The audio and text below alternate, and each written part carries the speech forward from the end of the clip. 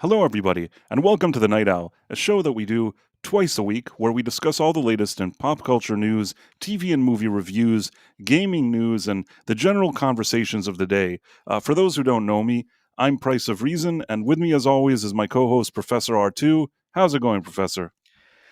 Oh, it's going. It's finals week. So Oh, much, so much stuff going on. Yeah, anybody who knows anything about higher education, finals week is a mess. Not just for the students, it's a mess for all the teachers and everyone else involved. So I will say the real nice thing about finals week is it's the beginning of summer.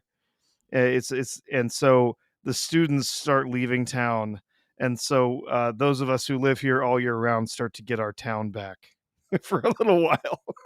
I see. Oh, you live in one of those kind of towns where there's a lot of people from, No, it's just it's a college town, the so college town. during the summer, you get like 10,000 people that don't live here. They go home and they go to get internships and jobs and whatever, and the traffic is a little bit less, and parking is easier to find, and What if there's kids taking like summer courses? Then you still run into those, no? oh, yeah, but, it's like, maybe a third of the students, usually stick around, and, ever since COVID, we hardly do any, face-to-face courses over the summer. It's all just online stuff now, so That's what we've been reduced to. it is, it really is. Kivo 1961 on Rumble says I went to college a bunch of A times. Well, bunch that's of good to times. know. Yeah. Uh, I had a friend in college, and I feel like it's like an Animal House. I think he had like a 0.0 average or something. He never went to any class and never did any exam, and they removed him. Uh, I personally, I'm not like that. I actually didn't recommend that to him, but he did it anyways. But that's a whole different story. In any case, speaking of Rumble, I just want to say that Rumble, for those who don't know, is the headquarters of our show. We're on a few different platforms, but Rumble is our headquarters. And if you're watching this on the app now, on the Rumble app, and you haven't already signed up for Rumble, you can sign up for a free account. And if and when you do that, hopefully you will, you can then follow us and then get notifications so you're always with us when we stream. So just throwing that out there. Rumble is a great platform for freedom of speech, and we really support that, and we like that, and we like being here. And if you're on another platform, seeing us, you're welcome to subscribe to us there as well. Absolutely. So yeah, just always like to mention that because it's in our day and age. I think it's getting better, but for a long time it was difficult to kind of have real conversations without certain platforms getting upset or trying to shut you down. And the fact that there's a platform that encourages just you to have your regular conversations, I think that's a positive thing. So I try to mention it whenever I can. Elizabeth Quince on Rumble, when to get my Mrs. degree equals success. Does that mean that her degree is that she got married? That is, yes. That is a good degree. It is There's it's a slang term for women going to college primarily to find a husband. Yes. I see. Well, Not necessarily further their career goals. well, there's nothing wrong with that. People do whatever is good for them, and if you happen to have married and the marriage was successful, well, that's fine as well. Yep. These days, some ladies don't get married and don't even go to college, and then they just go online and do like an OnlyFans. Oh, And geez. Yeah. although I always think to myself, like those kind of OnlyFans things, they'll always be there later. You can't pretend you didn't do it. I'm not judging. I'm not judging, but you know what I'm trying to Mhm. say. Oh, You do yeah. that, it's kind of hard to turn back the clock later, if you know what I mean. Yes. I Speaking do of, know what you mean. speaking of turning back the clock, Trump Wait, turning is back the clock. Okay.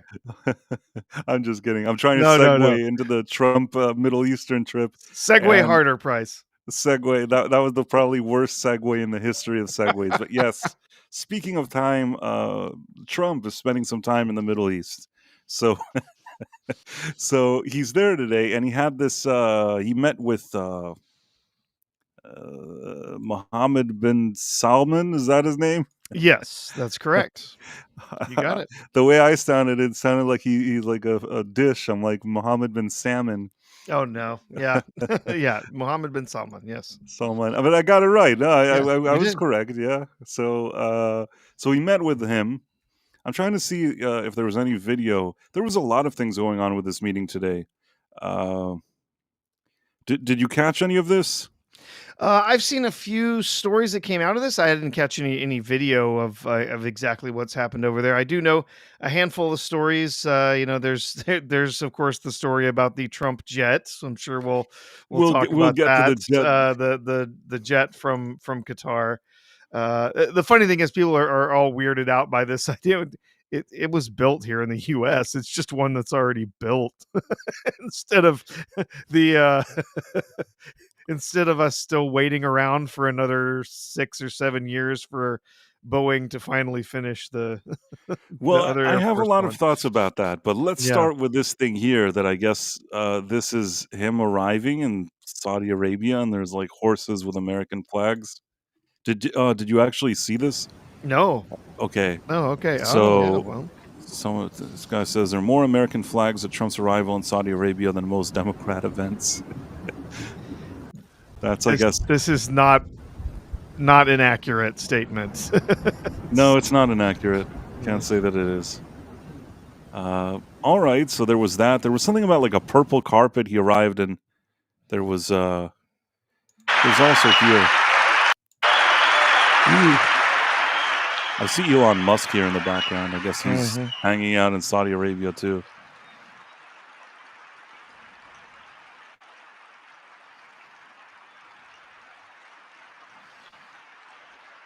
I'm surprised, Trump didn't demand his own throne to sit in while he was there. Maybe he did. I guess Trump is the kind of guy that he likes it when there's like respect and stuff like that, and I feel like in Saudi Arabia they're giving him that. Make of that what you will. I'm trying to see.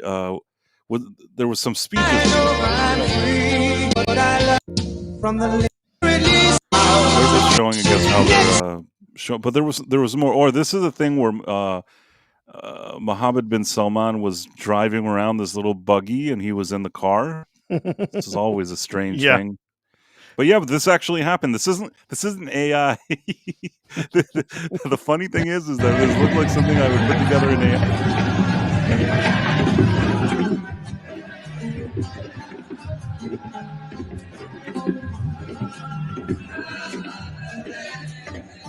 Kind of interesting that Mohammed bin Salman is like driving it himself.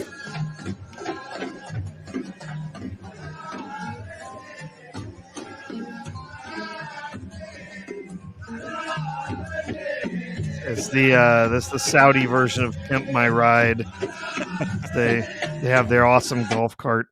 I guess so. Oh, and apparently, I don't know if this is true. They claim that they brought like a McDonald's on wheels in case Trump would be hungry. Yeah. It's just kind of funny. It Th- still amuses me to no end that he brought in RFK Jr. with the whole "Make America Healthy Again" movement and everything, but Trump's like favorite food is some He of the doesn't care. worst garbage. No, and there's nothing that RFK can do. Even when RFK was on his plane, they were like Yeah, I eating know. McDonald's. Like RFK had no choice here. It So cracks me up so much. this is the purple carpet.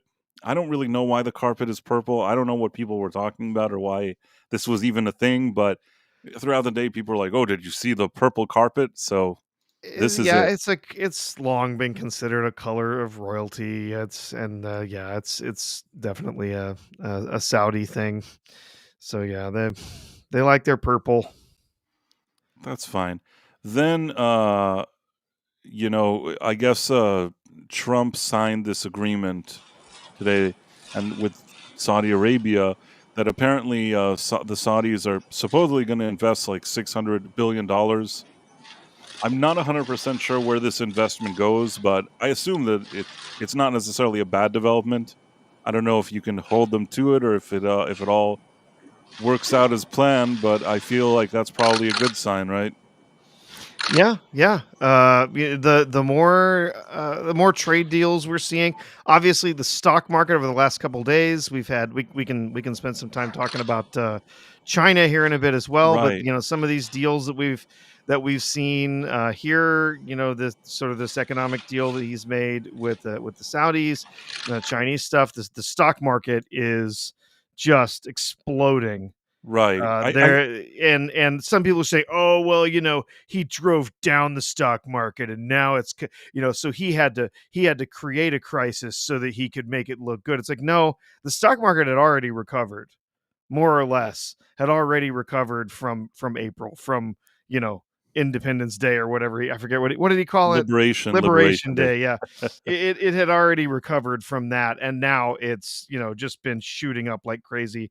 I mean, my stock portfolio the last couple days has just shot up to nearly the highest levels it's ever been at. So, uh, I it think that with China, those deals were really instrumental. The fact that things are moving along with China, I believe, changed the sentiment. Again, no financial advice, and I don't claim to know anything about No, no. finances. But what I'll say is that I think that there was a lot of liquidity waiting on the lines, kind of on the sidelines, Mhm. and once they saw, like people were seeing, uh, this kind of advancement with the Chinese and the talks and the the working towards a deal or whatever is going on here, even the 90 days, whatever they decided, it really brought back some positive sentiment into the market.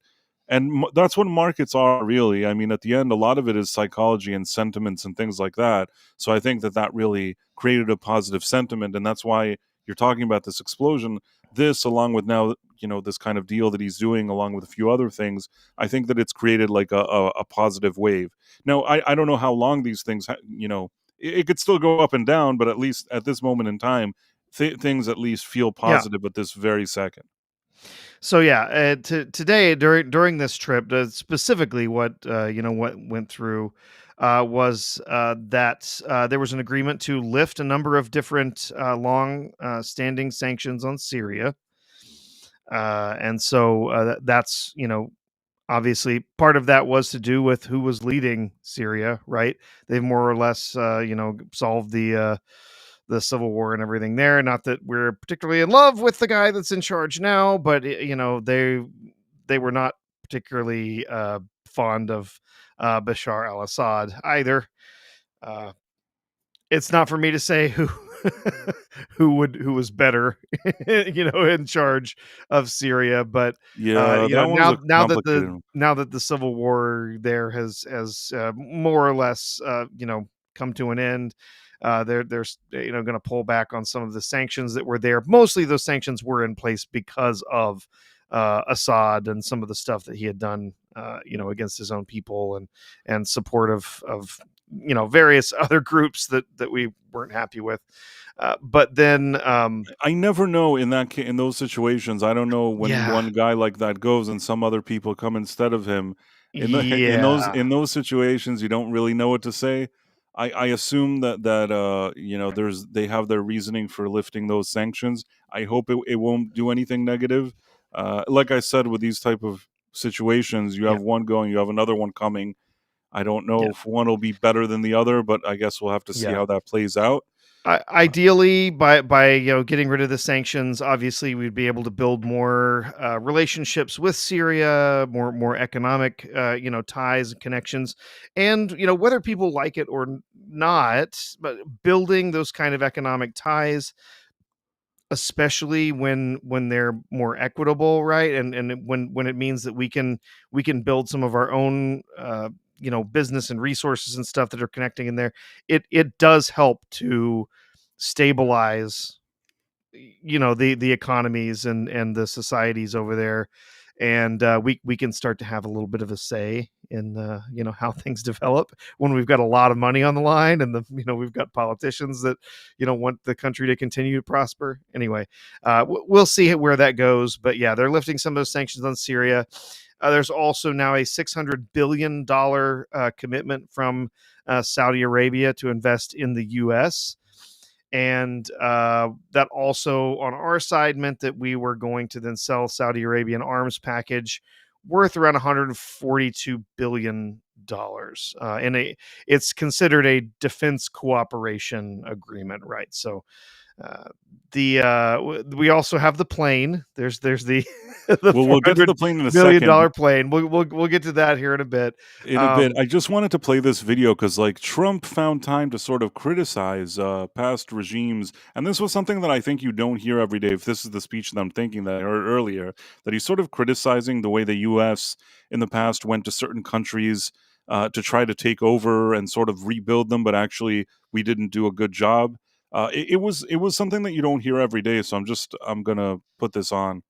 The transformations have been unbelievably remarkable. Before our eyes, a new generation of leaders is transcending the ancient conflicts of tired divisions of the past and forging a future where the Middle East is defined by commerce, not chaos, where it exports technology, not terrorism, and where people of different nations, religions, and creeds are building cities together, not bombing each other out of existence. We don't want that.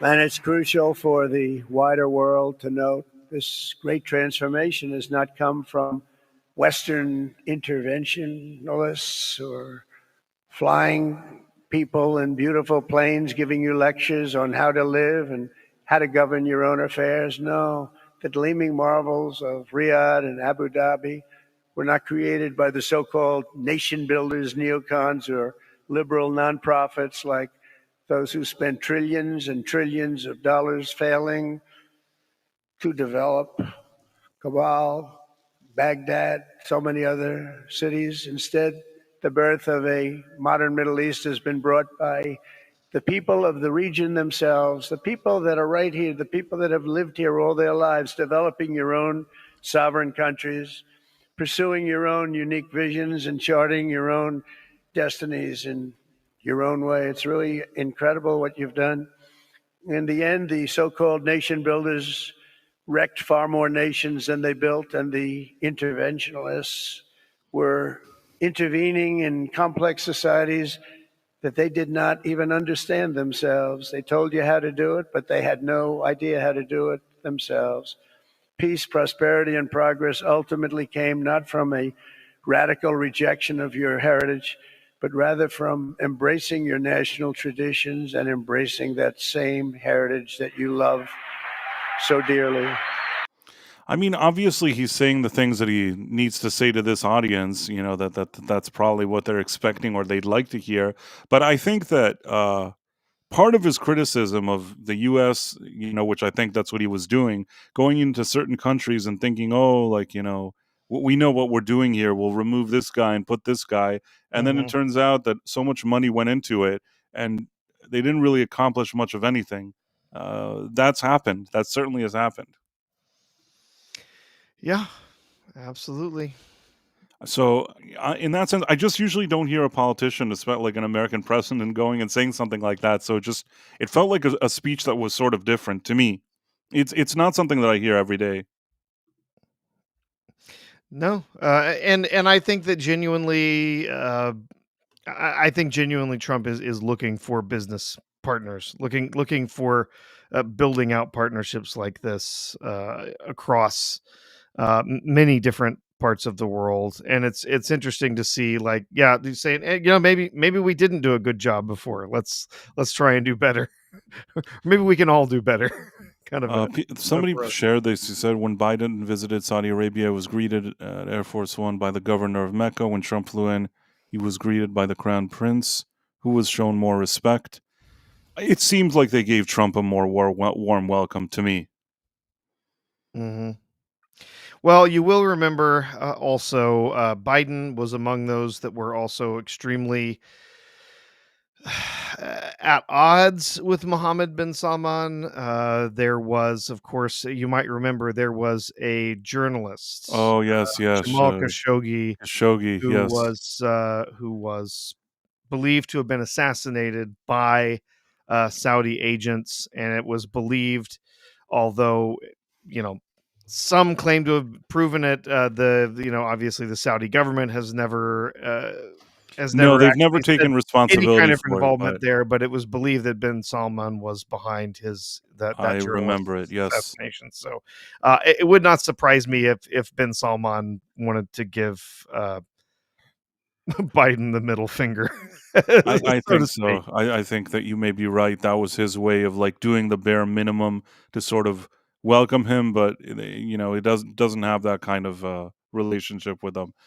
And now, I guess since we're looking at planes, we can at least talk about this thing. Now, it's Qatar that wanted to give. Oh, this is another thing on, I guess, upon his arrival.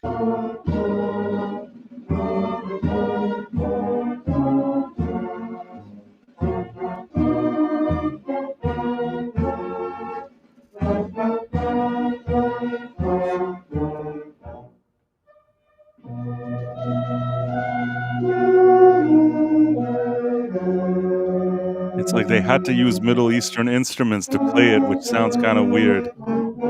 Yeah, it's different. It's different. Oh, they're trying their best, I suppose.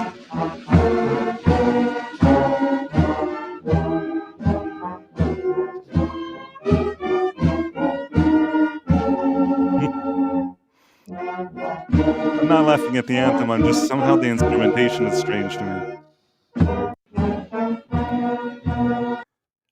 But that's just me. I'm not strange because I'm familiar with that kind of music. I just never heard the anthem being played with that kind of instrumentation, I guess.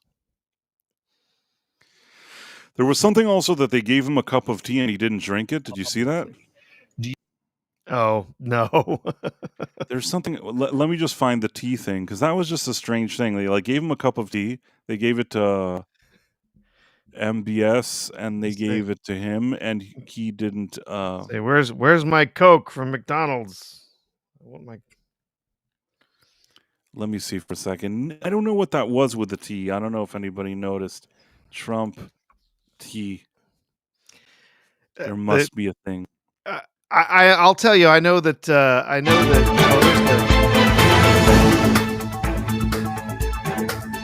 See, he's drinking the tea, yeah. and Trump is just holding on to it.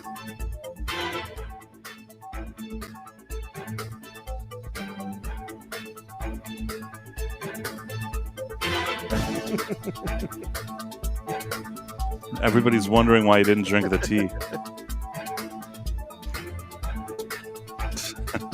It is kind of odd. You should drink the tea. Drink the tea. Manly tea.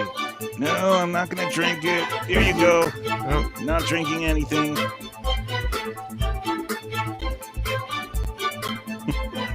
I only drink Diet Coke. So yeah, that was weird. And the thing with the plane. yeah, so that was Gutter that had said that they were going to provide Donald Trump and the the U.S. specifically this $400 million jet, right? And of course, some people are just losing their minds over this whole thing, saying, "Oh, it's bribery! Oh, look at that, it's corruption! Oh no." Yeah, okay, I get it, right? And some of the stuff that he said right up front was really a little bizarre. Like, yes, we're going to accept this 400 million. We're gonna accept this $400 million jet, and then they're gonna give it to me for my presidential library. And like, what? Let me Okay. just see. Yeah, there were some stuff that he said, but here's what I think. And this has been talked about a lot over the past few days. The thing that I didn't love about the discourse about it is that I feel like I've seen only two groups of people. Some people that think this is great, it saves taxpayer money. They want to give him a jet, give him one, it's fine. And other people that are like, no, don't do it. It's the worst thing that ever happened. And personally, I'm just a more kind of practical guy. For me, I'll tell you what my honest opinion is. Because of who it's coming from, you get a jet like this. This is just my personal opinion. You could say you're wrong. You don't know what you're doing. You don't know what you're talking about. The kind of vetting that you have to do once it was in their hands and it's given to you, even if you want to use it, let's forget about who gave it and why and all that stuff. Even if you want to use it, the type of scanning and vetting that'll need to go into this plane is something that's like unprecedented. You're gonna have to scan and check that there's no like listening devices, that there's nothing fishy about it. As far as I know, I Oh, don't think you absolutely, could. yeah. I don't think you can just say, okay, here's the keys. Here you go. Here's Air Force One. Put on some stickers and write Air Force One. Oh, I don't think it works. they're gonna have to do a lot more than put some stickers on it. I'll tell you that. And the question to me is that, was there maybe another way here? Also, and I'll be honest, it's not that I'm not like one of those meltdown people. I just personally, out of all the nations or places that could give a jet, these people specifically, for me, aren't my favorite. You know what I mean? If you ask me and you're like, what, you think the taxpayers want to pay $400 million? I'm going to say something very controversial. In this case, I almost prefer that they do pay the money, the taxpayers, because I don't know. There's just something that I don't fully trust. It's not like one of those meltdown situations. I just don't fully trust them. It's like, the president of the United States, and you could say the free world, has to be on this jet. I understand that they didn't manufacture it. I understand that you said it's in the US or whatever you were saying, but it has gone through different hands, and the hands that it's gone through are people that I don't fully trust. You could say that I'm a terrible person. No, I That's how understand I what you mean. feel. And the vetting that has to go into this, you have to wonder if there isn't a different solution, not because because I'm a practical person. You know what I'm saying? Yeah, yeah, I know what you mean. Yeah. So, as far as like, first of all, like everyone, like people have been freaking out saying he's accepting a gift, right? Uh, okay. Well, he is not. The gift is not to him. It has been clarified numerous times that yes, he accepted the gift on behalf of the American people, but it will be taken. It will be taken by the Department of Defense, by the Air Force, first of all. It's not going straight to him. Now, this stuff that he said about him going to his presidential library, that's a little screwy. That he can't just do that. No, that's it, if it's taken in by the Department of Defense and it's used as Air Force One and whatever. That's okay, as long as they've dotted all their I's, crossed all their T's, and everything has been signed off on to accept that, as a gift to the American people, to the military. Okay, great, that's fine. Uh, Giving it to him after the fact, that's a little weird. That's going to have to go through some proper channels to make sure that that's okay. But here's the thing I guess just a little bit of context here.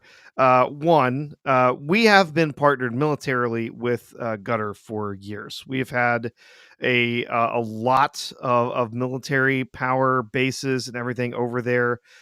We have a very, very tight relationship with them. Now, does that mean that they're above potentially putting bugs or something in there?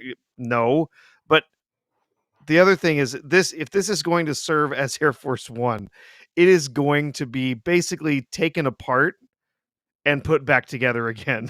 Right. And the question Down is, to the screws isn't before it's that ever super? used. Isn't that in and of itself super time consuming and expensive? And It I'm not absolutely saying is. It I don't know. absolutely I is. don't know how long, but I'm just saying that if it's a gift that you have to take apart, like you said, down to the screw to make sure that there's no listening device or nothing Well, it's there. not just that. It's not just that they have. So that in order for this to serve as Air Force One, it's actually going to have a number of different upgrades and things that are put into it. So that's part of the reason that he's accepting this gift. The current Air Force One, the current planes that they have that they're using have been in service since 2008 or 2009, I think. They are way overdue for being replaced.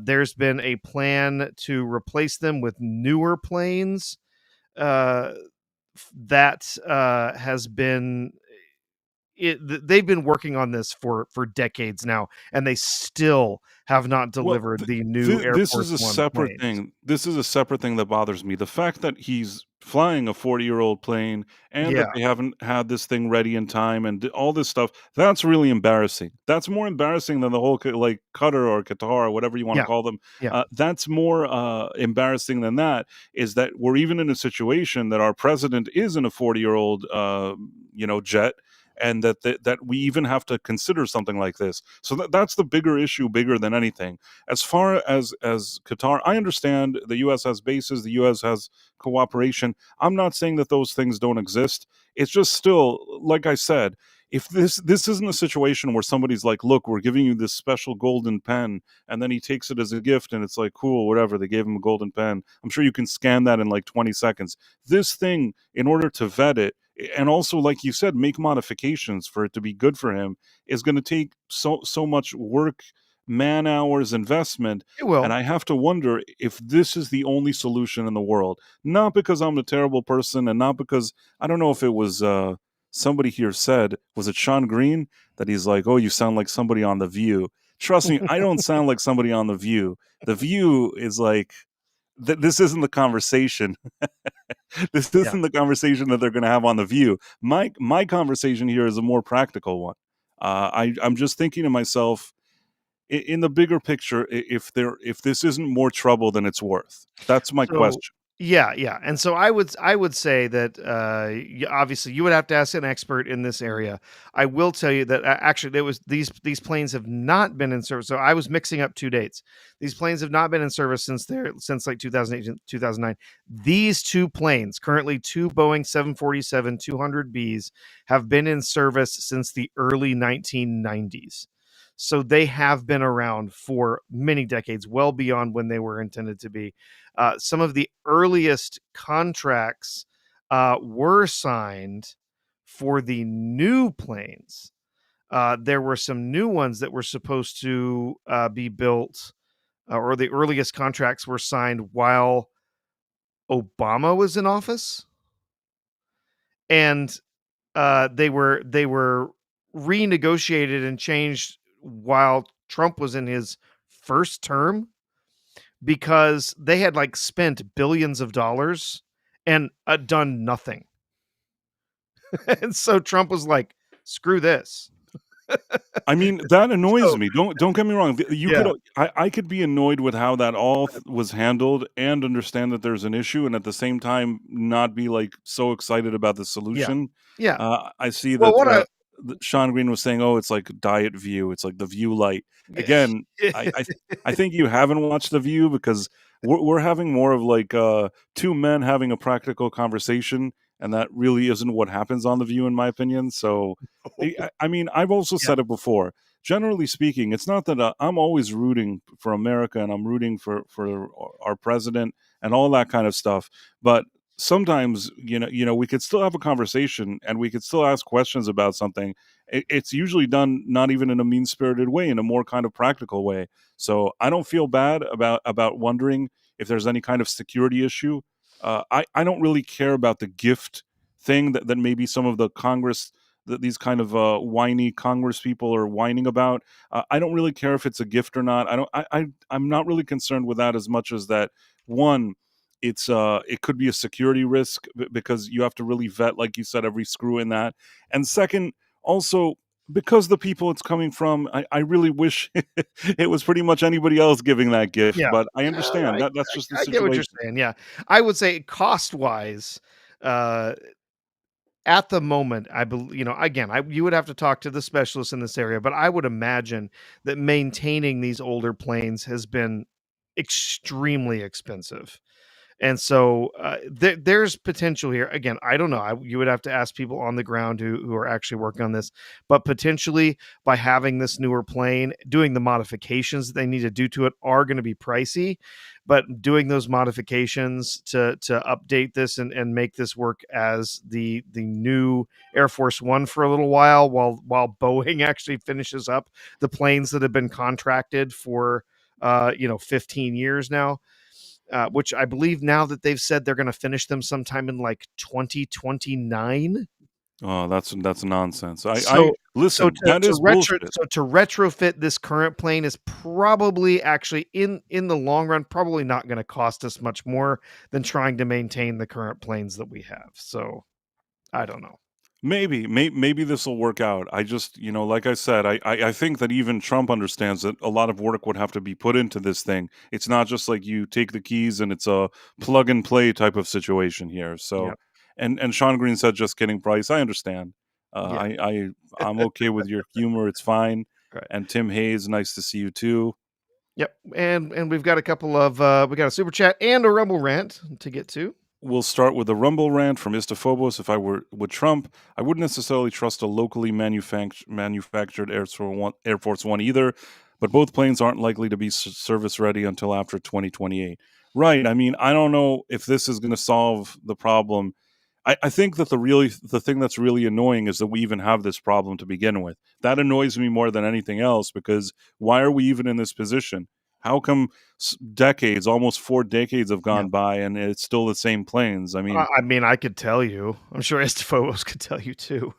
it takes a long time to put together a plane, but come No, on, man. no. Boeing has been massively mismanaged. They have been on all sorts. There's been all sorts of issues. Major problems with Boeing in recent years. And another reason one of the reasons that Boeing is in such bad shape is that they were heavily invested in DEI and bringing in people because of the color of their skin and their identities rather than people who are good at their jobs. But there's also been a number of other things, safety issues and all sorts of other problems inside of Boeing. And so, yeah, they have had massive issues with mismanagement. And so that's the real reason, is that it is not the great American company that it once was. No, I mean, you see that these days, Elon Musk, wasn't Boeing the ones that were supposed to be involved in some kind of NASA something, and then Oh, Elon Musk had to save the astronauts the himself. Boeing Starliner, yes. It was a disaster. The Boeing Starliner is the one that flew the astronauts up there, and they got stranded. They were stranded there for 9 months because they could not come back down in the craft because it was not safe for them to come back. So they were supposed to go up there for a few days and ended up there for 9 months. And then finally, there was a Dragon, a SpaceX Dragon flight that they could send up to bring them back. So yeah, Yeah, I understand. I mean, I think that it's a shame that Boeing was once considered such a prestigious company, and now they can't even put together a plane. it is unfortunate. Yes. So yeah, we also have we have another Rumble rant, and we also have a super chat from the Dead Man. So the Rumble rant is: Boeing stranded 2 people in space for 9 months, caused 3% plane crashes, 3 recent plane crashes. You want them to build you a plane? I guess maybe none of these scenarios are really sound great to me. Let me look now at the YouTube sides, the super chats. You say the Dead Man. Yes. Let's see. Okay, I'm finding this, Yeah, there I can and then share it in the live private chat there. Okay. Just one, right? From the Dead Man? It's just the one, yeah. Okay. So I'm going to share this now, just so we can see it. And the Dead Man says the majority of that time planes used as weapons was S-funded. I would love to cut off our relationship with them. We have our own oil. Yeah. Okay, Yeah. the majority of the time the Saudi funded. planes Yeah. used as weapons was Saudi funded. I would love to cut off our relationship with them. We have our own oil.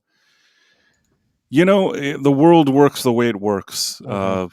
If we had everything and we didn't need anybody, that wouldn't necessarily be a bad thing. But I guess maybe things are a bit more complicated than that, and I have to accept that.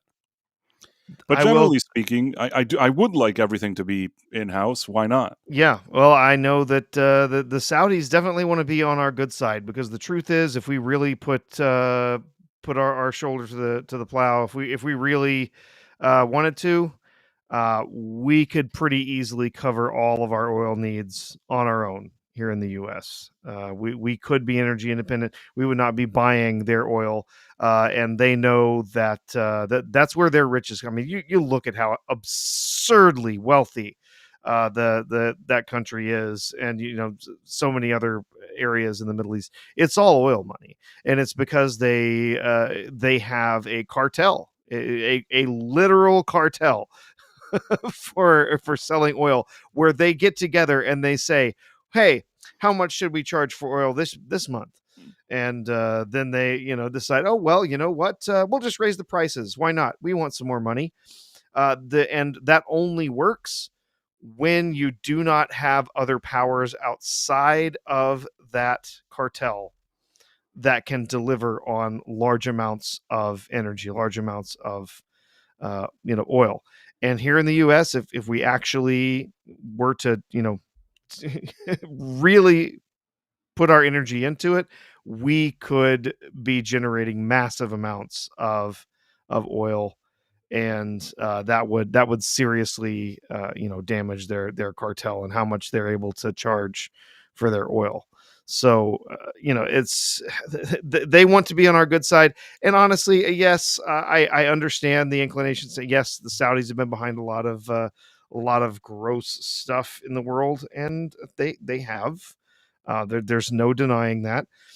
On the same page, when we have a relationship with them again, hopefully we can Ah, hopefully we can be a better influence. I just understood what the dead Yeah, man meant. He yeah, was trying to say that the people that flew the planes yes, on they were that Saudis. in Yes, September in back in the early 2000s on that September day where certain towers yes, collapsed, yes, they were saying that the people that flew those planes were actually Saudis, or yes, a lot of them were. yeah, I think there were a few from Egypt or something, but yeah, that is true. I mean, as far as I know, that yeah. is true. There is something, I don't know why. Have you ever seen this Family Guy thing? I'll tell you what, Family Guy is like a hit and miss type of show for me. It's Sometimes super hit and miss. Yes. sometimes Seth MacFarlane can come up with a joke that genuinely makes me laugh, and then it could be one out of like 20 that I don't even chuckle. Yeah, and then one like genuinely makes me laugh. Yeah. I feel like there's one. Let me try to find it for you because I really think this one is funny. And I don't know why it's I think it covers a lot of stuff. Hold on. Let me find this. You can tell a joke Yeah. meanwhile. Oh, that's good. Someone, who is it? Bigot on socialist media says Saudi would find a way to sell their oil. Well, of course they will. I'm not saying they wouldn't be able to sell it.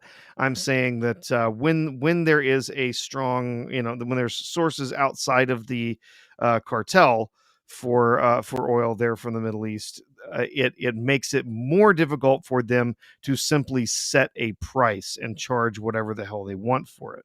And so that is a problem for them. And then Phantom Monk says we can cover ourselves why Poopy Pants burned it down first day. Yeah, I believe what Phantom Monk is talking about is the fact that we were more or less energy independent by the time Trump left his first term. And we were creating lots and lots of oil, lots of natural gas, and then uh, Poopy Pants just walked in the door and became president, And everything. and shut everything down. Like, just started shutting down our oil production left and right, and that was a real problem. This So thing, I don't know why it probably shouldn't amuse me, but I always liked this thing for some reason. I don't know okay, if you've ever watched it. I think I've seen this one. Yeah. Okay, I'll put it on. Ground Zero. So this is where the first guy got AIDS. Peter, this is the site of the 9/11 terrorist attacks. Oh, so Saddam Hussein did this? No, The Iraqi army? no, Some guys from Iraq? no. That one lady who visited Iraq that one time? No, Peter, Iraq had nothing to do with this. It was a bunch of Saudi Arabians, Lebanese, and Egyptians financed by a Saudi Arabian guy living in Afghanistan and sheltered by Pakistanis. So you're saying we need to invade Iran?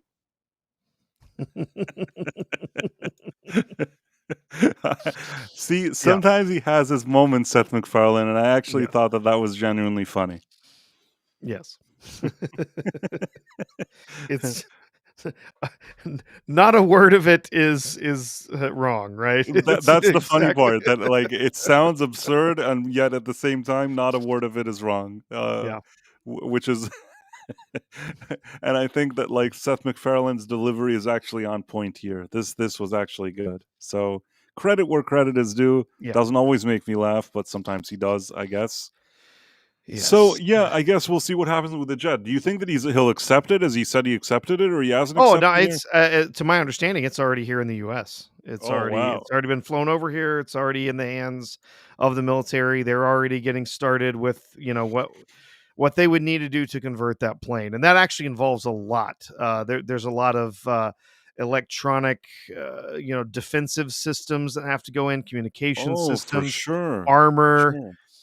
There's also there's upgrades to the engines and everything has to be there. It has to meet certain standards for maneuverability.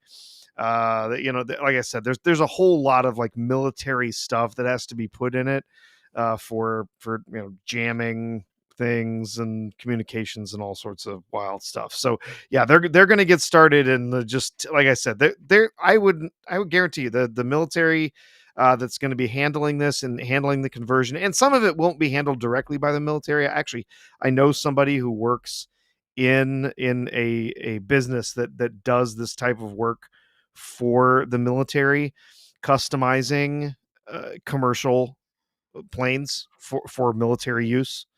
And they're going to have contractors, they're going to have military people in there, and like I said, I would imagine they're going to take this thing down to the screws, and then they're going to put it back together with all the extra components and all the extra stuff in there that they need to I use just this hope as it's an all Air worth Force it. One. But Yeah, I yeah. understand. I understand what you're saying about the inefficiency of Boeing, and I get that. I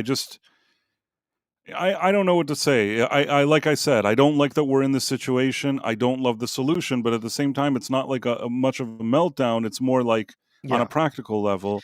And in addition, like I said, if I had like a short list of people that I preferred not to receive gifts from, they'd probably be on there. But I understand that sometimes decisions have to be made that are not, that you have to do whatever Mhm. the right thing is, and I understand that as well. So Yeah. Yep. hopefully it'll work out. Marla Sherndorf says, "I like Family Guy." Yeah, I really enjoyed Family Guy up through so you remember it was on the air for like 4 years, Then it was canceled. and then it was canceled, and then they did some like straight to DVD stuff, and then it came back. And up through like the first couple of seasons after they came back after being canceled, I enjoyed the original seasons of the show, and then I enjoyed the first couple of seasons when they came back, and then after like around 2007 2008, I got so bored of it. It was every episode was the same jokes. Every they got overtly political and a bunch of stuff, and I was like, "Yeah, I just don't care about this show anymore." It reminds me of the South. The thing that I love is the South Park episode about Family Guy. I don't know why, but I thought that was hysterical. Yes. Because at the time when I saw South Park, that's exactly how I felt about Family Guy, and I don't know why. I just thought that their episodes about Family Guy were hysterical. Even the Mhm. fact that the guy from the set, like the Trey Parker, was doing imitations of Seth MacFarlane as those characters was just hysterical. I don't know why. I love it. I love the South Park version that they did of that. I don't know if you remember that. Yes, I do. Yeah, I remember seeing that one. Yeah. Let me just see if I can find. I don't know why. I love.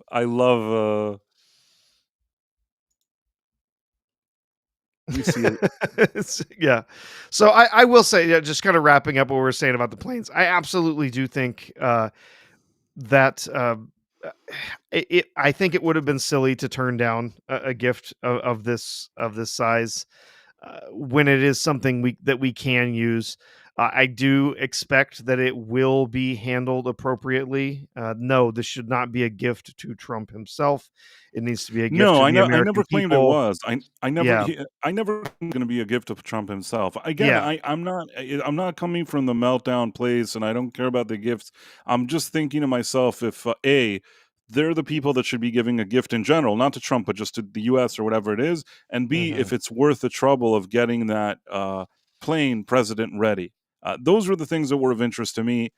Not focusing on some of this other stuff, which I don't care as much about. This is the thing with I think this is South Park, like their version of Family Guy. Even now, I haven't seen that in years, and it made me laugh. we got a super chat from the dead man. Okay, let's see what he says. That was funny. I haven't seen that in many years, and yet still it was funny. I apologize to the chat. I just had to see it, but let's see. I'm not your buddy guy. That's from the Terrence and Phillip I'm not your episode. guy, pal. Hey, friend, I'm not your buddy guy. Yeah, I love that. I love Terrence and Phillip. Everything that South Park. You know, I in the more recent seasons, I haven't always been on top of the schedule, and I don't always see every episode. But if you put on an episode of South Park, even a newer one now, it'll at least be somewhat funny. You know what I'm saying? Like, as Oh, opposed to sure. Simpsons and maybe and Family Guy, which at some point kind of went off the rails. I still feel like maybe the first 10 seasons of South Park were when those guys were like, the most ambitious and the most envelope pushing and everything. But even today, when they do an episode, it'll still be pretty funny. Yeah.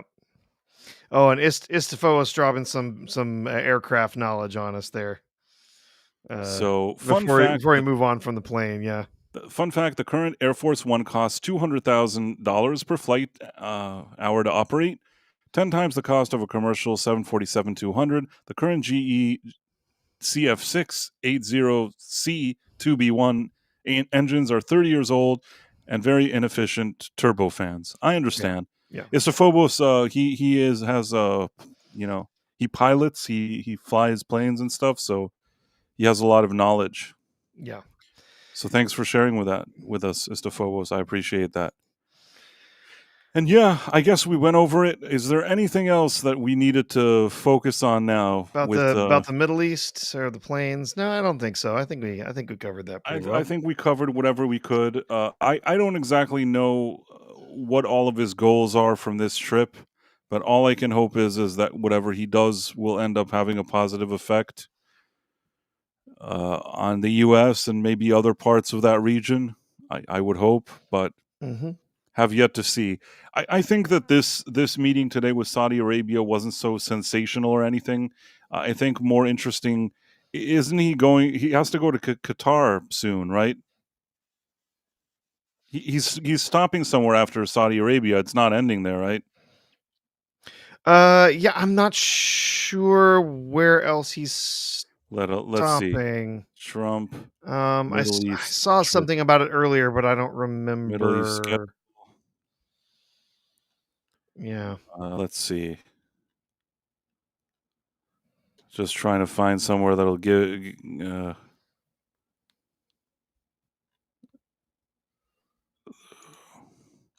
I feel like there was something else. Aren't they? Isn't he supposed to go somewhere else after that?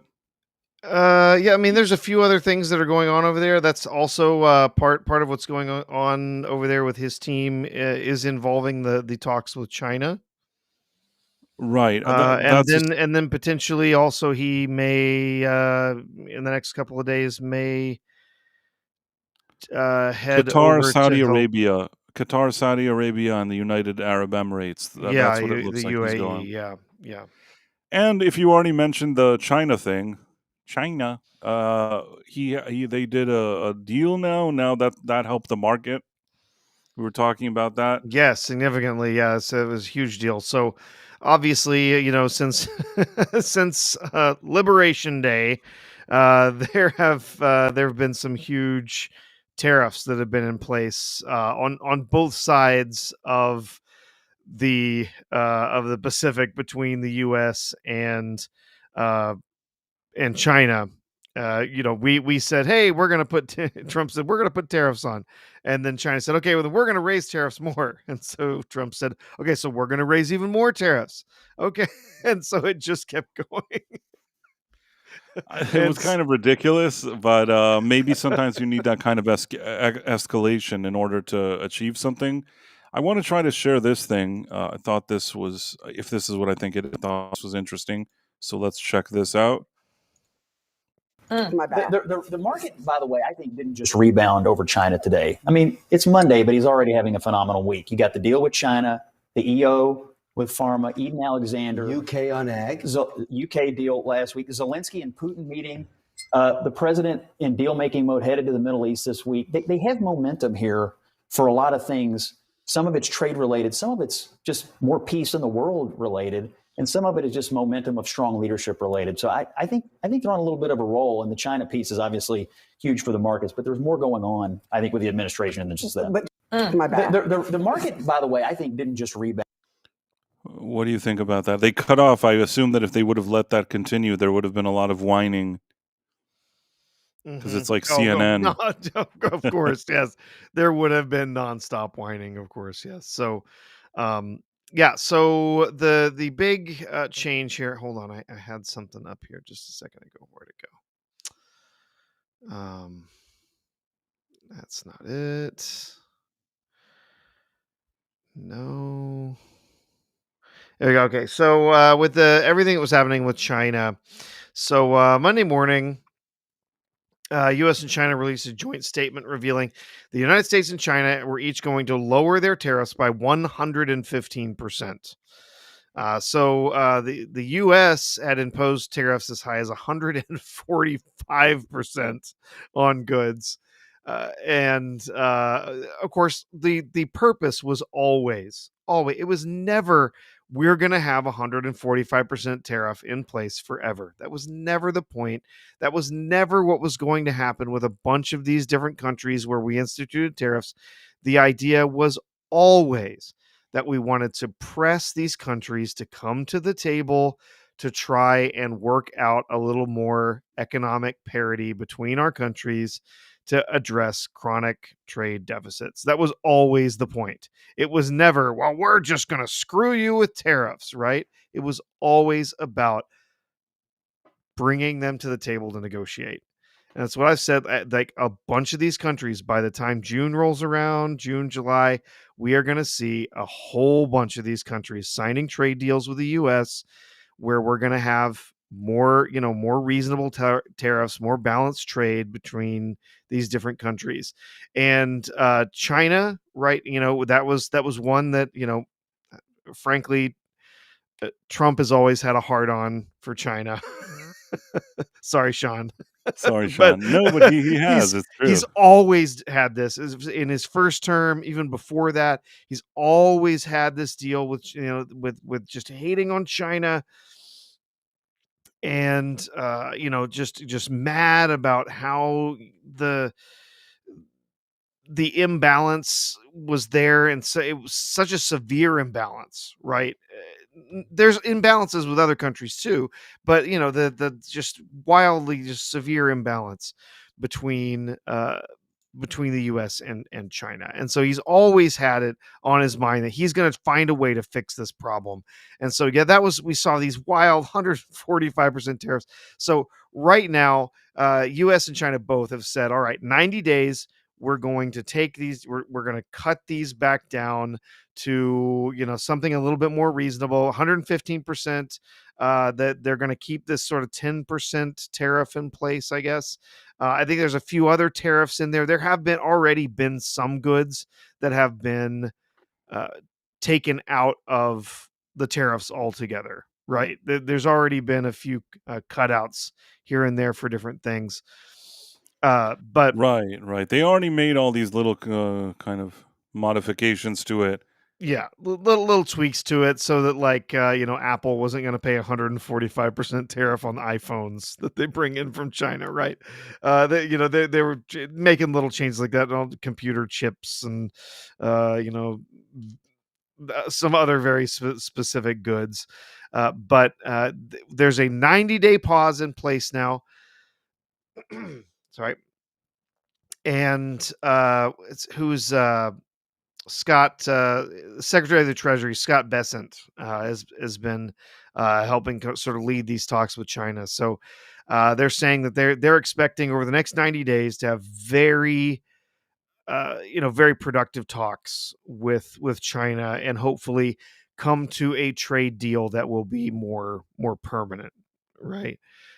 So hopefully this 90 days is enough time. If not, I can virtually guarantee that what's going to happen is they're going to say, you know what, talks are going well, we're still working it out, we're going to give it another 30 days or another 90 days or something like that while they work on these talks.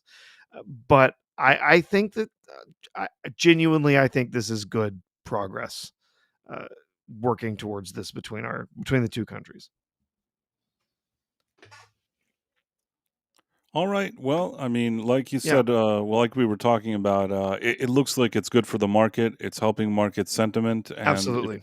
there's some deals going on, that's what we want. We were talking about it, and we shared this really early here on this channel when everybody was freaking out with the tariffs. That some of Trump's top people, even kind of, were saying it on to one of those Fox News or whatever it is. We're saying, well, 90 days. They were saying stuff about April, May, and June. I feel like even though it's not being spelled out and nobody's saying it, I feel like the idea was that during quarter two of 2025, they had a plan from day one of this quarter to start going into all these trade disputes and all this stuff with the hope of getting as many trade deals or as many things settled within those 90 days by the end of June, or at least having them heading in a much better direction by the end of June. I think that was the strategy. And from what I can tell, it seems to be working, I think. Mm-hmm. I also told you this, and I said to you that he's going out and he's saying all this big stuff. But at the end of the day, if every country had a deal that was just a bit better than what we had with them earlier, then that's already an improvement. Yeah. Anything you can do that's better is better than what we have. So, yeah, maybe he's not going to get 500% tariffs like from, different countries, be able to place like that, those amount of tariffs on them. But at the same time, if we're paying less taxes and they're putting less taxes on it, I think that it could work, I guess. Yeah. Yeah. Yeah. I really do think that by fall, the whole tariff thing, it's going to be gone. Everyone will have forgotten about it, except for people who want to try and make a big deal out of suddenly us holding a 10% tariff in place for basically any goods from outside the U.S. aside from some specific cutouts here and there.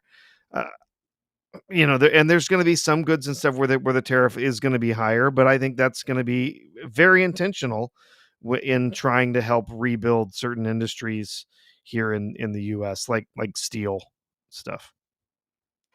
Yeah. Yeah.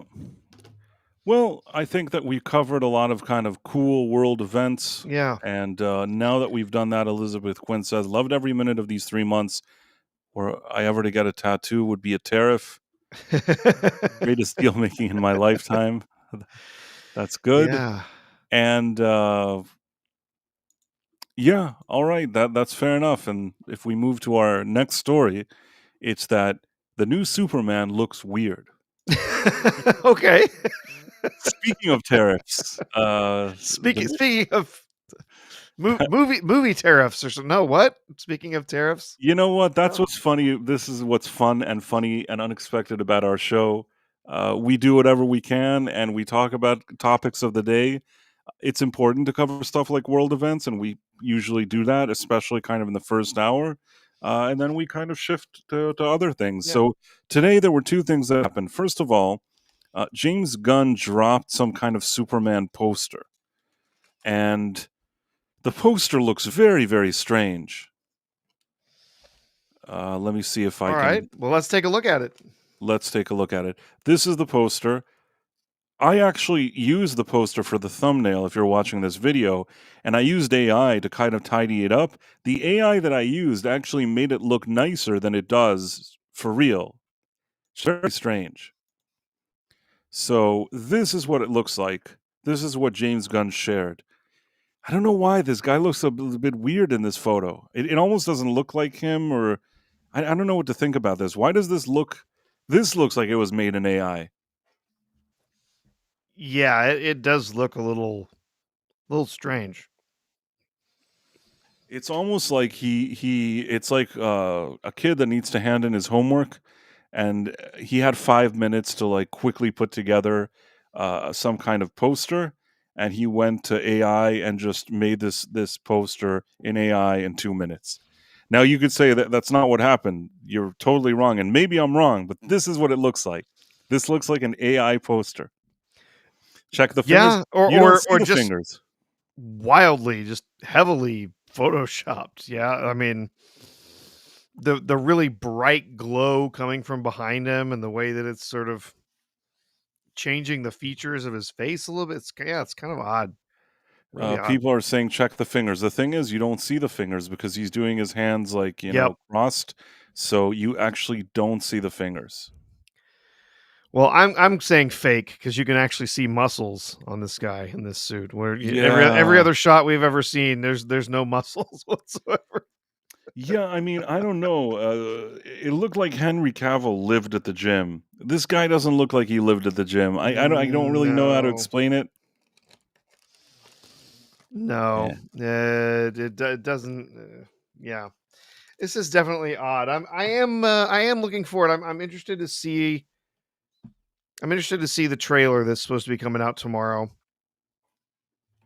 We got the the trailer for the trailer today, which so odd. Like, oh, we gotta hype this up. Gotta hype up the trailer, right? You don't need to hype up this trailer. We've all been waiting for it for months now.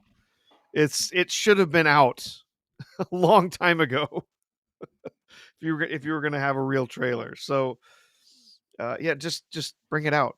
Let us see Yeah, it. let's see what this trailer looks like. Well, Okay. we'll know tomorrow. Wait, now we talk have the about it. trailer for the trailer, correct? Yes, we do. We still Yeah. have to look at that. So the Okay. first thing that James Gunn showed is this weird AI, what I call an AI picture. I don't know if you saw what I did, because for the thumbnail I kind of played around with it. Yeah. So I don't know if you saw what I did, but let me try to find it. Where is it? My channels. Let me try to show it. Did you put Henry Cavill's face on I didn't. I tried to play around with AI. I feel like almost AI wanted to put Henry Cavill's face on it. That's what it looked like to me, but let me see. Share this tab instead. Do you see the one there on the top left? Yeah. I asked it to like remove the strong lighting, and I was trying to dim the lighting, and somehow the removal of the soft lighting, the strong lighting, made it kind of look better. I don't know why. I also then played around with some other filters. By the end of it, I kind of said to myself, "Oh, this kind of looks better," but maybe he should have asked me to do AI. Do you see that thing up there on the left corner? Oh yeah, sure. I think mine looks better than his. That didn't sound good, but you know what I'm trying to say. Mine is bigger than his. Yeah. It sure is. Should have a measuring contest with James It's, Gunn. it's We'll a see who measuring comes out. contest. But the truth is that I think that my Superman does look nicer, but that's just me. So that is what I believe, and that's what I did, and I'm cool with that. Now let's find his Yeah. trailer for the trailer. I mean, why even make a trailer for the trailer? Just show the trailer already. Again, they've I feel like they are in this mode where they feel like they've just got to keep building the hype as much as they can. There isn't Uh, enough hype. I think that they're not getting the type of hype they want. Okay, this is the thing that they talked about. It's like the trailer tomorrow, but I think it's showing us stuff that we've maybe seen before. Most of it Yeah. is, yeah. There is one little snippet there that has some stuff that we haven't seen yet. All right. I'm not even enthusiastic. It's like 15 seconds. Yeah. Ain't seen that. We've seen that. This, I think. Superman. Yeah. So we It get to didn't really. see. This, Yep. I think we've seen before, no? Yeah, we've seen that. I think we've seen something like We've this. seen, yeah, I think we've seen that shot. Not that one and not that one. Yeah. Superman. A couple It's of new not getting. shots in there. We get to see Lex in his power suit there at the end. Assuming that's Lex. It looks like that's got to be what that is. I'm not overly excited. You know what I mean? Yeah. Yeah. But they've really got to build the hype for this because they need everyone in the theater on week 1. They need every dime they can squeeze out of the movie going public for this film. Otherwise, we're gonna be in, or they're gonna be in bad shape. I do not think, a lot of people are saying that this Superman film is going to be make or break for Warner Brothers. That if it's a failure, that Warner Brothers goes under. I don't know about that. I do think if it's a failure, Gunn's DCU goes under.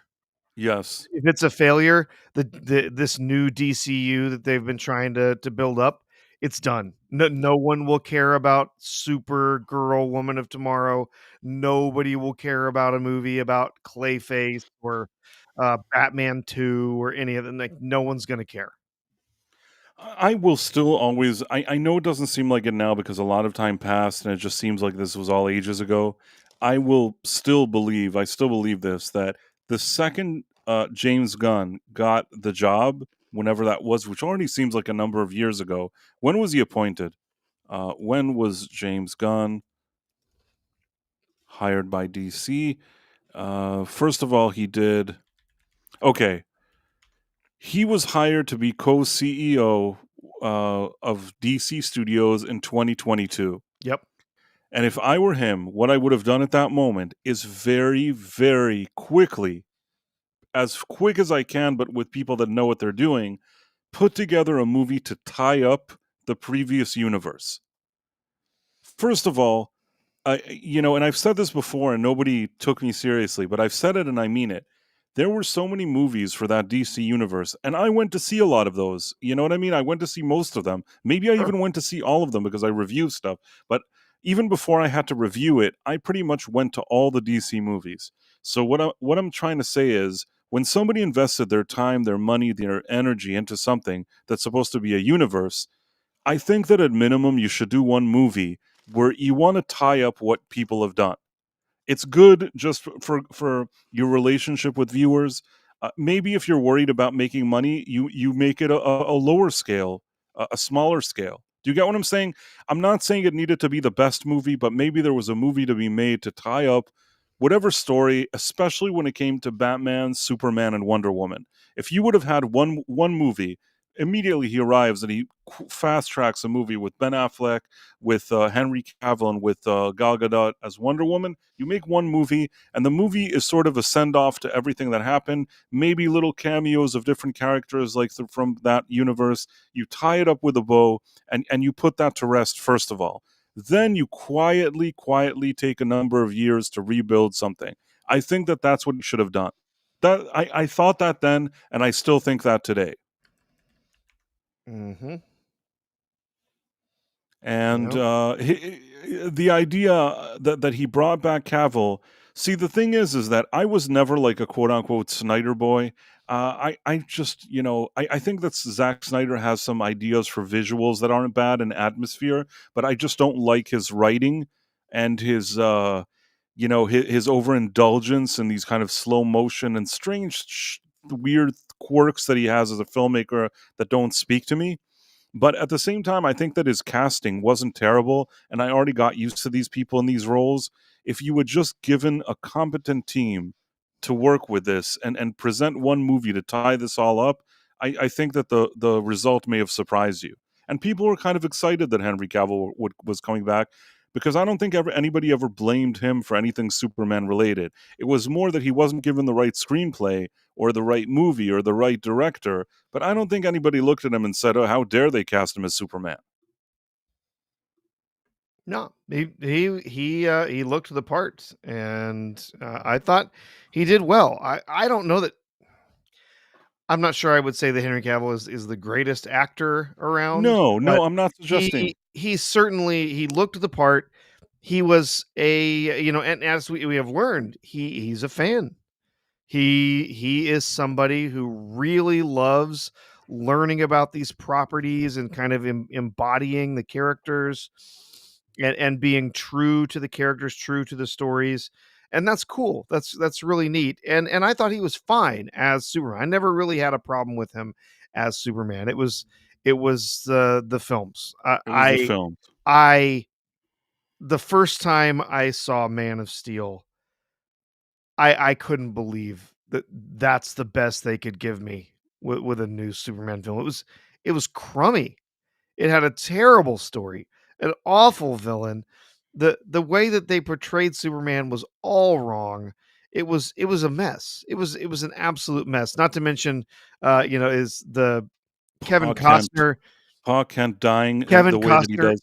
yes, as his Unforgivable. as his Unforgivable. dad, and then dying just because he what? "Oh, there's a tornado coming, and Unforgivable. I Let me don't see. want to try to save my life. I'm just gonna stand here and be taken away by this tornado." It's so stupid. First of all, we're talking about a man who's supposed to live in Kansas, Tornado Alley. He would know exactly what to do in that situation, and the one thing you don't do in that situation, you know what you don't do when there's a tornado coming? You don't hide under an overpass. It's that is a thing that morons do in a tornado. You don't hide under an overpass. That's actually a really bad idea. And so and he would know, like, I'm not just going to stand here. Like, that's a totally survivable situation.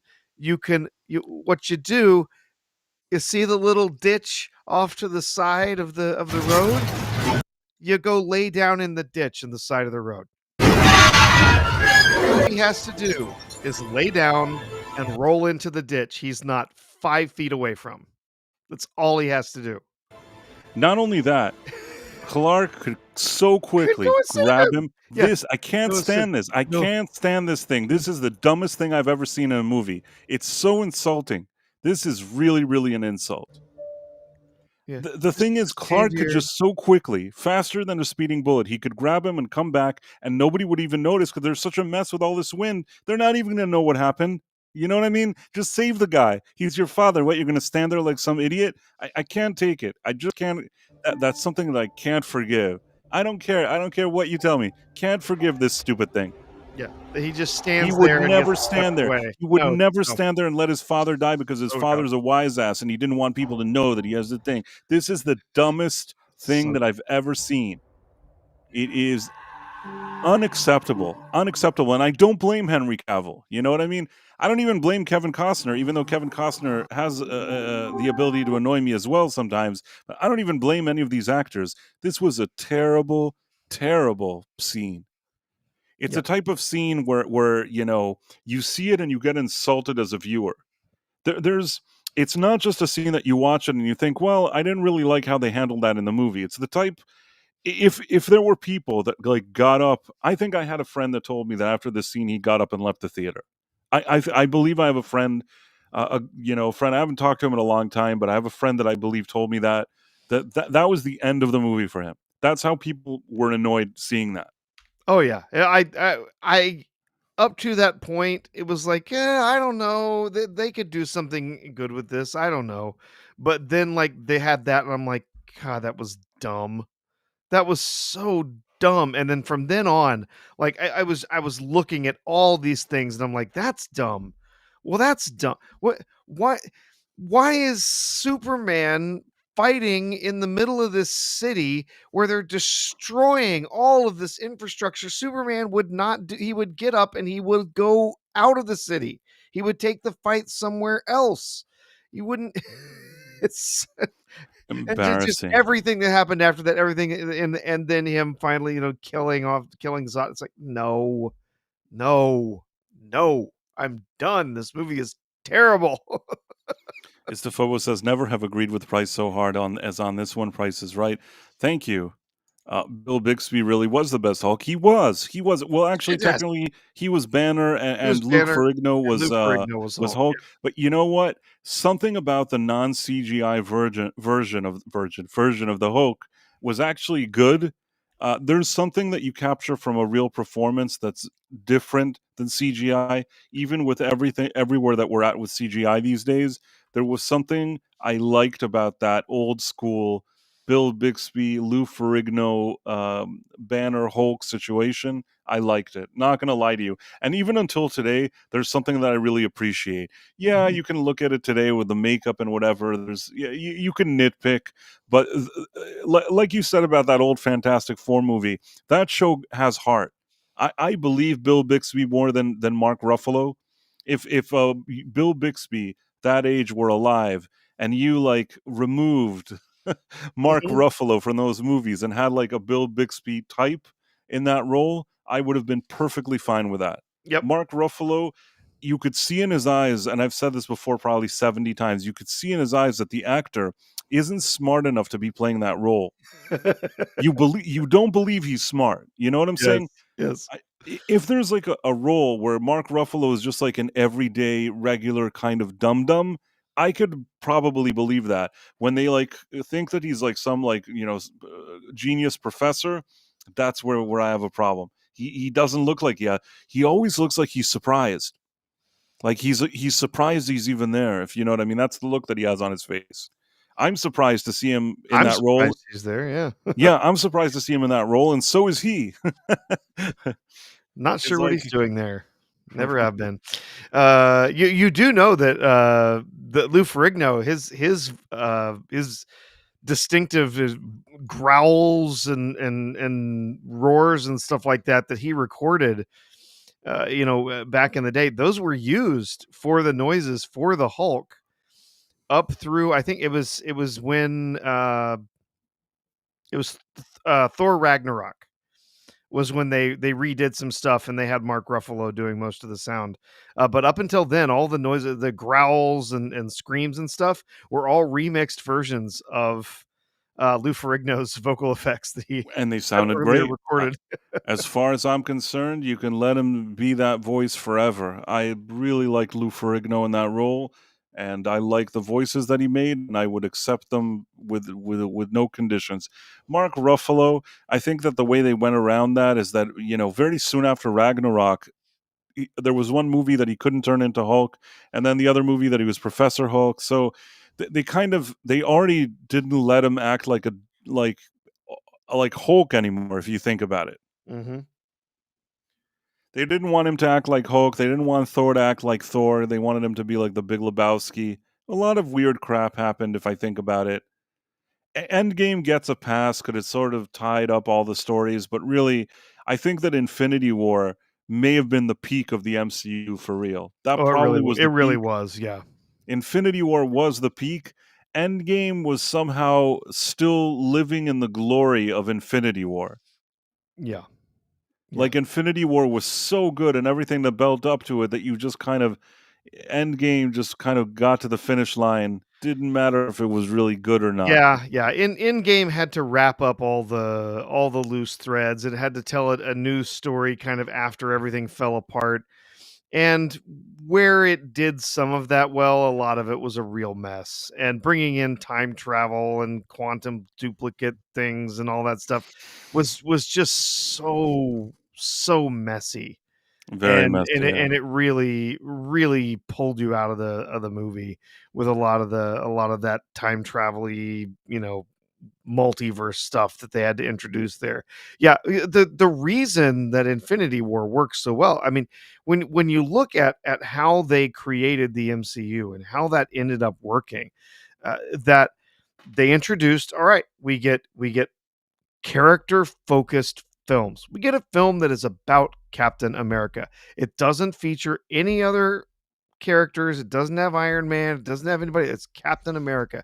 You get Iron Man films that largely just they focus on Iron Man with, oh, hey, look, there's look at that. We've got the Scarlett Johansson in there playing the Black Widow, right? But she's not a major, it's not a shared movie with the two of them. It's an Iron Man film, but it just happens to feature the character. And then slowly you get a little bit more of the crossover stuff introduced through the films, but you've gotten this really solid foundation of all of these characters. You know who they are. And then we get the team up film, and then we get more films that are focused on different characters and different teams coming together, like Guardians of the Galaxy. When we get, and then by the time you get to Infinity War, we've now got not just all of these individual characters, but we now have established how all of these characters work together. We have now established all of these different teams, and now we can start bringing the different teams together. And so now we have not just, this team over here and this team over here that all have these different dynamics. Now we're going to play those teams off each other. We're going to start to mix things up. We're going to start to see characters from this team interacting with characters from this other team. We're going to see some of these very similar personalities maybe hanging out together and getting along, or we're going to see those very similar personalities maybe butting heads. And then you get all of that comes together as everybody works, to solve this massive thing that's been building for 20 films at this point, right?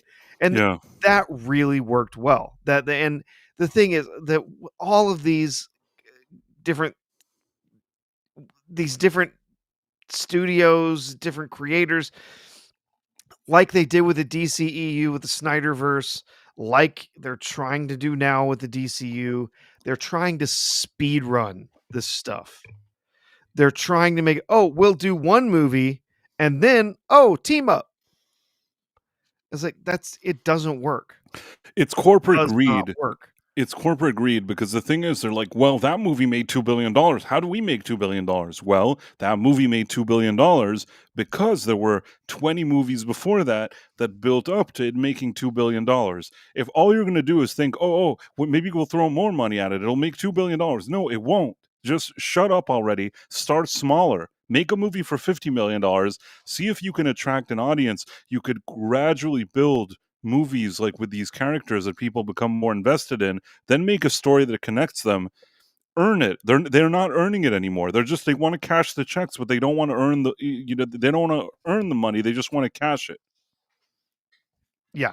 They just want to, like I said, they want to speed run creating these universes with all these shared characters together. And that honestly, more than anything, I think has me worried about the Superman film, is that we're not going to get a Superman film. We're going to get a Superman film and a crypto film, and we're going to get time spent with all these other characters that are all going to be part of the Justice League, and we're going to get a Lex film, and we're going to learn all about who Lex is, and then we're going to get some stuff with Supergirl at the end, and it's not going to be a Superman movie. No, you could tell by this trailer that they're trying to cram too much into that with all these other characters. And part of it is not James Gunn's fault, and I'll tell you why. David Zaslav is not really the most patient of men, based on what people say. He's the kind of guy that wants to quickly see results. He wants to see things. If he doesn't see money, he gets annoyed. Those two guys that are running, his film studios. I can't remember this, a man and woman, what their names are. Lisa and whatever. I don't know what his name is. These guys, if they were they were moments away from being fired, but somehow Minecraft made money for them, and like a few things made money, and somehow they secured their seat a bit longer. But Zaslav is the kind of guy who doesn't have time for not making money.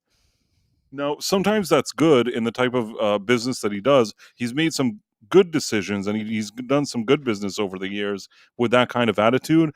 But I think that if he's expecting the DC brand to just suddenly make him billions of dollars in movies, I don't think it's going to work. And Mhm. whatever James Gunn is doing, I don't think that's going to work either. That's just my opinion. No. I'm not saying that I don't want Superman to be a good movie. I'm just not sure that it's going to be a good movie. Yeah, yeah. They in trying to rush it, they're not giving themselves the opportunity to really build up the individual characters and the relationships between the other characters that really are what ended up making the MCU work really well. You had a bunch of different characters, characters that appealed to different people, different types of viewers. And all of those together then, eventually started weaving together and then making up something that what like the Avengers, which was an absolute just box office gold, right? When that hit, everyone was at the theater to see it. Nobody was waiting till the second weekend unless they didn't have a choice, right? All the big Right. fans were there to see that because that was an event. And let's see. Oh, oh We my have a goodness! super Yes, we we have got some a yeah, gift. I see it and I'm trying to bring it up. Hold on. I don't know how my Superman AI came out so much better than James Gunn. Tell me the truth. What? Did you look? Am I No, it not? looks good. Yeah, it looks good. Let's see. Okay, there's a few things going on here. First of all, the Dead Man sent a super chat, and I didn't Yes. see it, Yeah, and I I missed that apologize one. for Yeah. that, Yeah, Mister I Dead missed that one Man. too. I hope he's still here and that he didn't disappear. He's still around because he Yeah, because I think he's disagreeing with me, saying he really hopes Superman is going to be good. Dead Man, I really genuinely hope it is good. I do. I but want Superman to be good. I want a good Superman movie. I love the character of Superman. I have since I saw the first Superman film from '78. I really do love the character of Superman. I want this to be good. I just don't have a lot of hope for it. I'm too concerned that Gunn is focused on building up this weird quirky team with lots of jokes and stuff in it instead of just focusing on a character film for Superman. And so I will be there opening night to see Superman. I will be there. same, absolutely. I want it to be good. I have a lot of reservations at this point. I feel the same way. You described exactly how I feel. So the Dead Man had a super chat where he wrote R2, who's a better pilot? Sulu, Paris, Kirk, Picard, Archer, or someone else in Trek? Cisco is not shown as a good pilot. Uh I'm gonna leave that one to you. Best pilot in Star Trek. Well, let's see. Of the captains or specifically because Right, that's a tough I think question. it's shown a few times that Riker is actually the most accomplished pilot of the main characters that were presented with. Paris also a very good pilot, but kind of seat of your pants type pilot there. I think it's shown in a few different places that maybe Riker might be the most accomplished of the pilots that we get to see. But yeah, other pilots. Obviously, Sulu is going to be he's the man, right, from the original show. But did you not see Picard season 3 where Data is flying the Enterprise around like it's an X-wing fighter inside the Death Star? Clearly, that would make him the best pilot. That was ridiculous.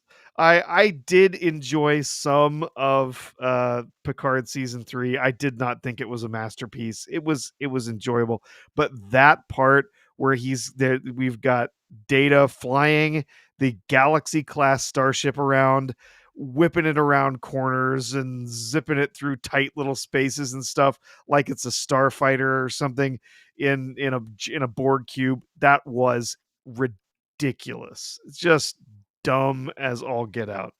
But yes, it would, if you're going Star Trek, great pilots probably have to be Paris or Riker.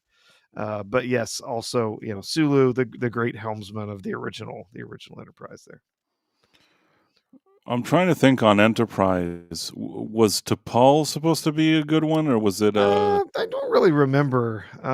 Trip? One of them was supposed to be good in the. It was what was his name? Malcolm No, the pilot. Archer. No, the black character who was the one that piloted the ship. I can't remember his name. I'm embarrassed. I know which one you mean. Yeah. Yes. Okay. Yeah, I got you. How do I not remember his name? I'm so embarrassed. Okay, I'll tell you right now. I can't. It's not gonna. I can't let this go until I figure. It's on Travis. the tip of my Travis. tongue. Travis. That's it. Travis. That's it. Yeah. Was Travis the best pilot there, though? I wasn't sure about that, but maybe you're right. What do I know? Yep. Well, in any case, Archer was supposed to have been a fairly accomplished pilot himself as well, because he was. I believe he was also supposed to be he was like a test pilot, right? Test pilot, yeah, and his father built an engine and stuff. By the way, Mary White sent 20 Price of Reason Live gift memberships. That is very, very generous, Mary. That is so generous of you. We are just very humbled and thankful, and thank you for the gift. I really, really appreciate it. And it's not the first time she comes in here almost every stream and gives some kind of gift.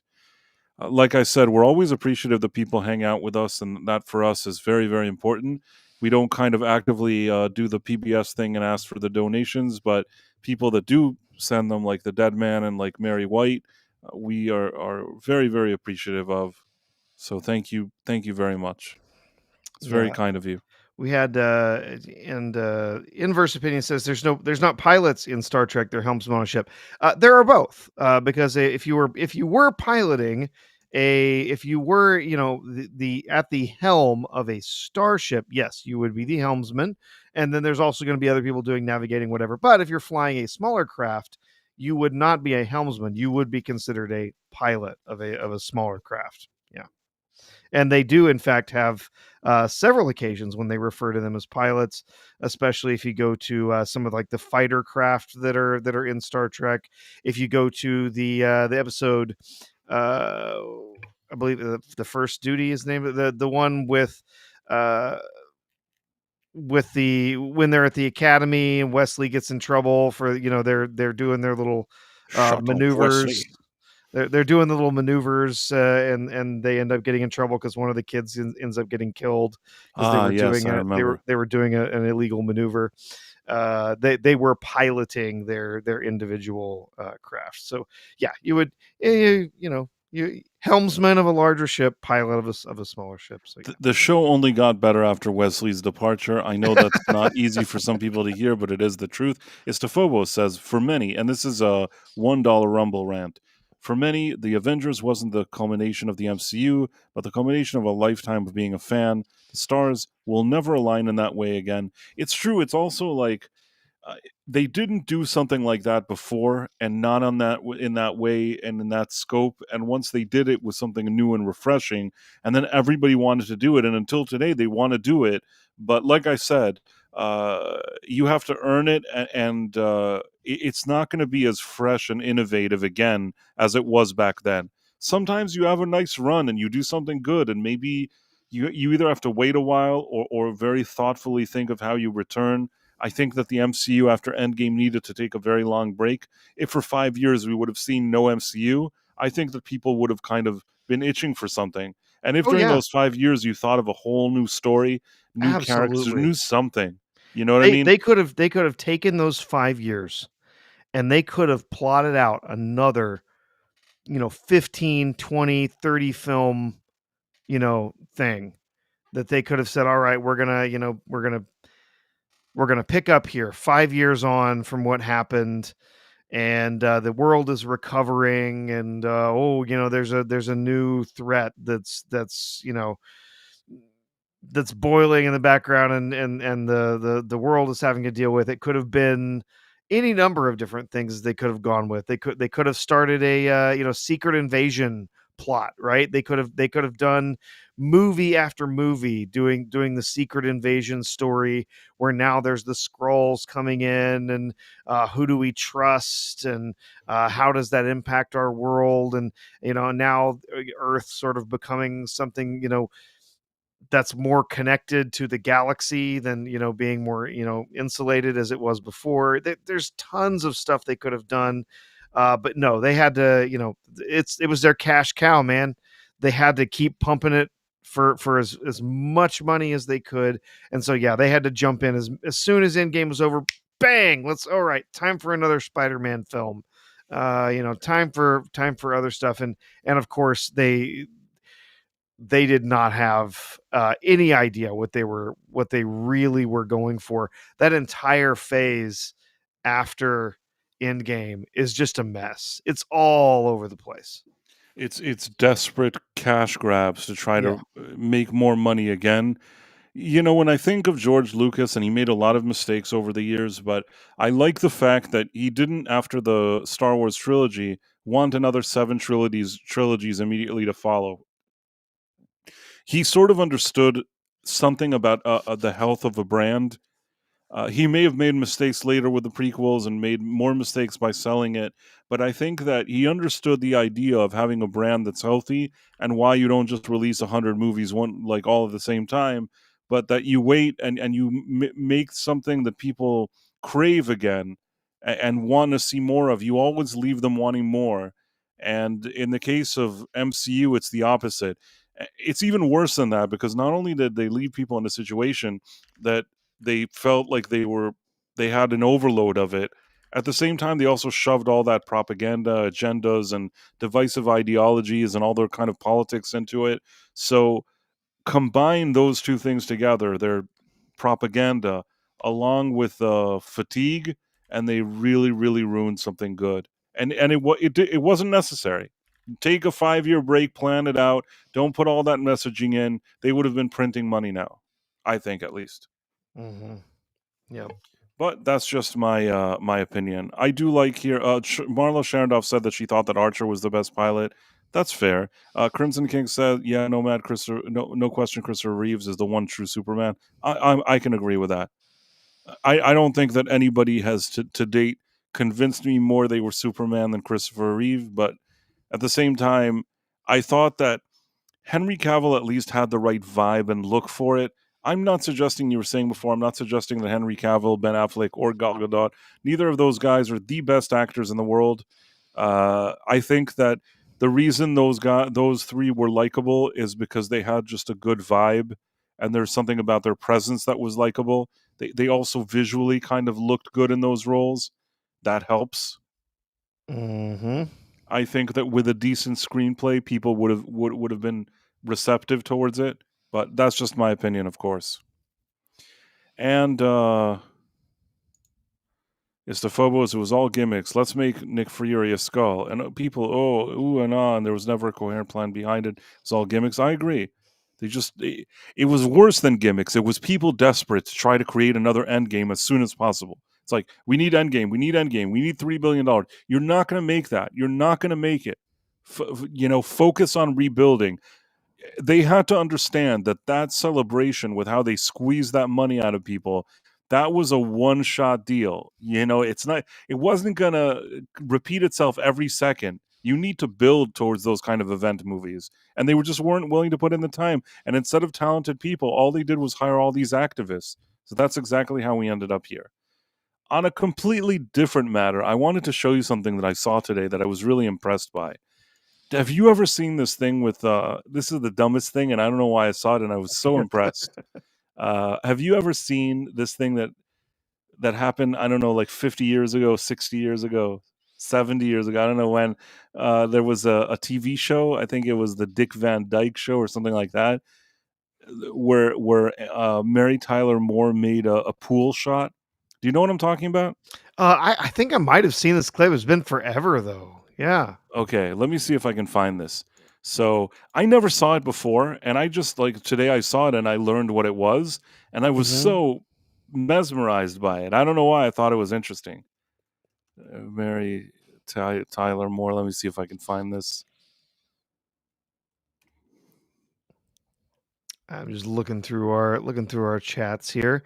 By the way, we missed shouting this out earlier, but Bigot on Socialist Media became a monthly supporter over on Rumble. We appreciate that. Oh, thank you so much, Bigot on social media, socialist media. Sorry, it was very very nice of you. So I think that this is basically there was a show, and this is what year is this from? This is from like 19. What year is it from? Do you know? Oh, the Okay, Dick Van Dyke.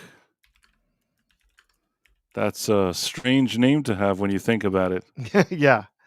It's from this is from 1962. Yeah, this specific episode. Right. Yeah. So it is from Yeah, yes, 62. 1962. Hustling the Hustler. Correct. Yeah. And now I'm going to share this.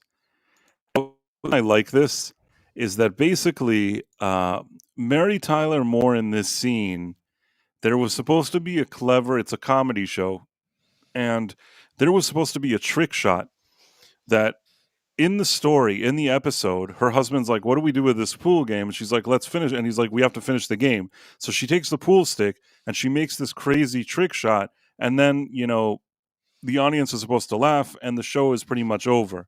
Now, the thing is that initially what the plan was that she would seemingly make a shot. Everybody doesn't think that the shot's really going to go in because she's not a professional pool player. So Yeah. what they thought they would do is that they'd separately film a professional pool player making that shot, and through trick editing, Exactly. it'll Yeah. look like she made the shot, and then that would be the joke. The live audience wouldn't see it, but later, through the magic of editing, it would look like Mary Tyler Moore did this crazy trick shot. And what they didn't anticipate is that somehow, in her attempt to sort of just pretend to do the trick shot, she actually makes the trick shot.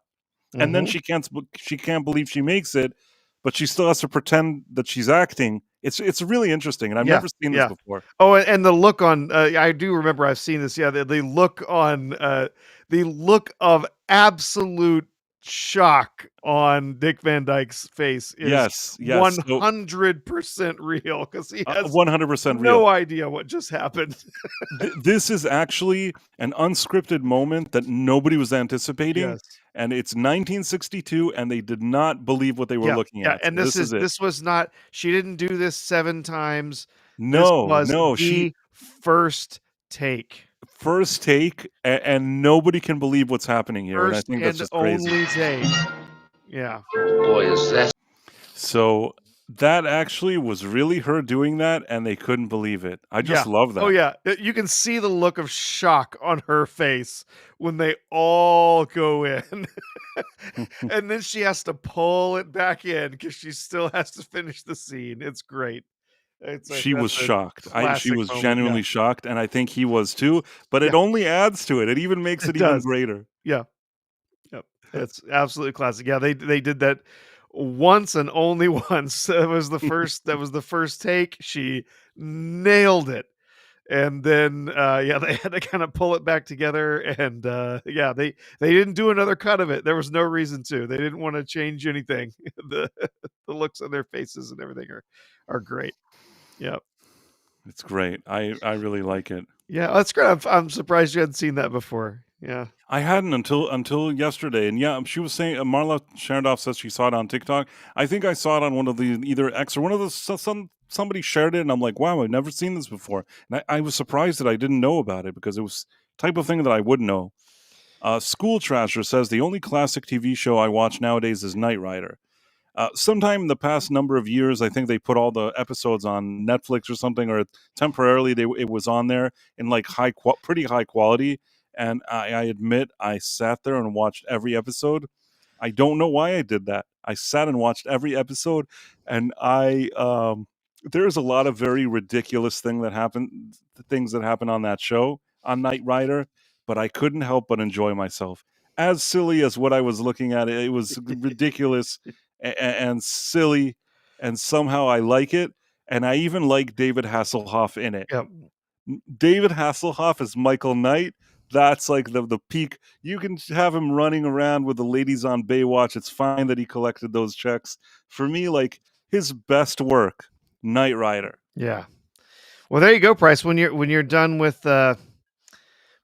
Quantum Leap, you can do a Knight Rider retrospective. You know what? We'll see what we do when we're done with the Quantum Leap. It'll certainly I'd enjoy doing some Knight Rider. But what I'll tell you is, I think I know the beginning. You know how there's like the music and then there's the announcer? Yes. I think I know if like I had to replace the announcer, I could probably do it. Do you know the narration at the beginning? It's been a while since I've heard it. Yeah. Knight Rider. Yeah. A shadowy flight into the dangerous world of a man who does not exist.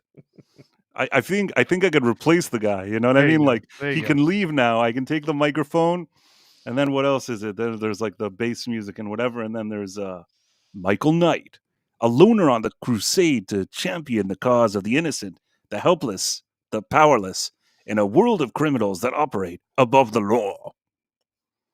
Perfect, right? There you go. I could have replaced that guy, I'm telling you. So, yeah, I don't know how. Oh, School Trashers, Knight Rider. But that just shows you that I really am serious about Knight Rider. I'm not playing games here. Jeez, and they've tried to reboot that like 2 or 3 times now. It's just never the same. No, they've tried even different things back in the day with David Hasselhoff himself. There were a few times that they even tried to like bring him back, and then they made Kit like a newer car, and they tried to like do all this weird stuff. Well, then there was like Team Knight Rider, where Team there Knight were Rider and multiple all this people that dumb had crap. cars. They never figured out what to do with it. Sometimes you have a certain moment in time where you capture a certain idea, and it just works so well, and you just can't capture the magic again. I don't know. I don't know. You don't know sometimes why the pieces of a puzzle come together so well, but there's something just so kind of innocent and naive about the original Knight Rider show, and I absolutely like it. Even though I recognize its flaws and that it's silly, I still like it. Yep. And we got a super chat from the Dead Man. Okay, let me see. Let me find the Dead Man.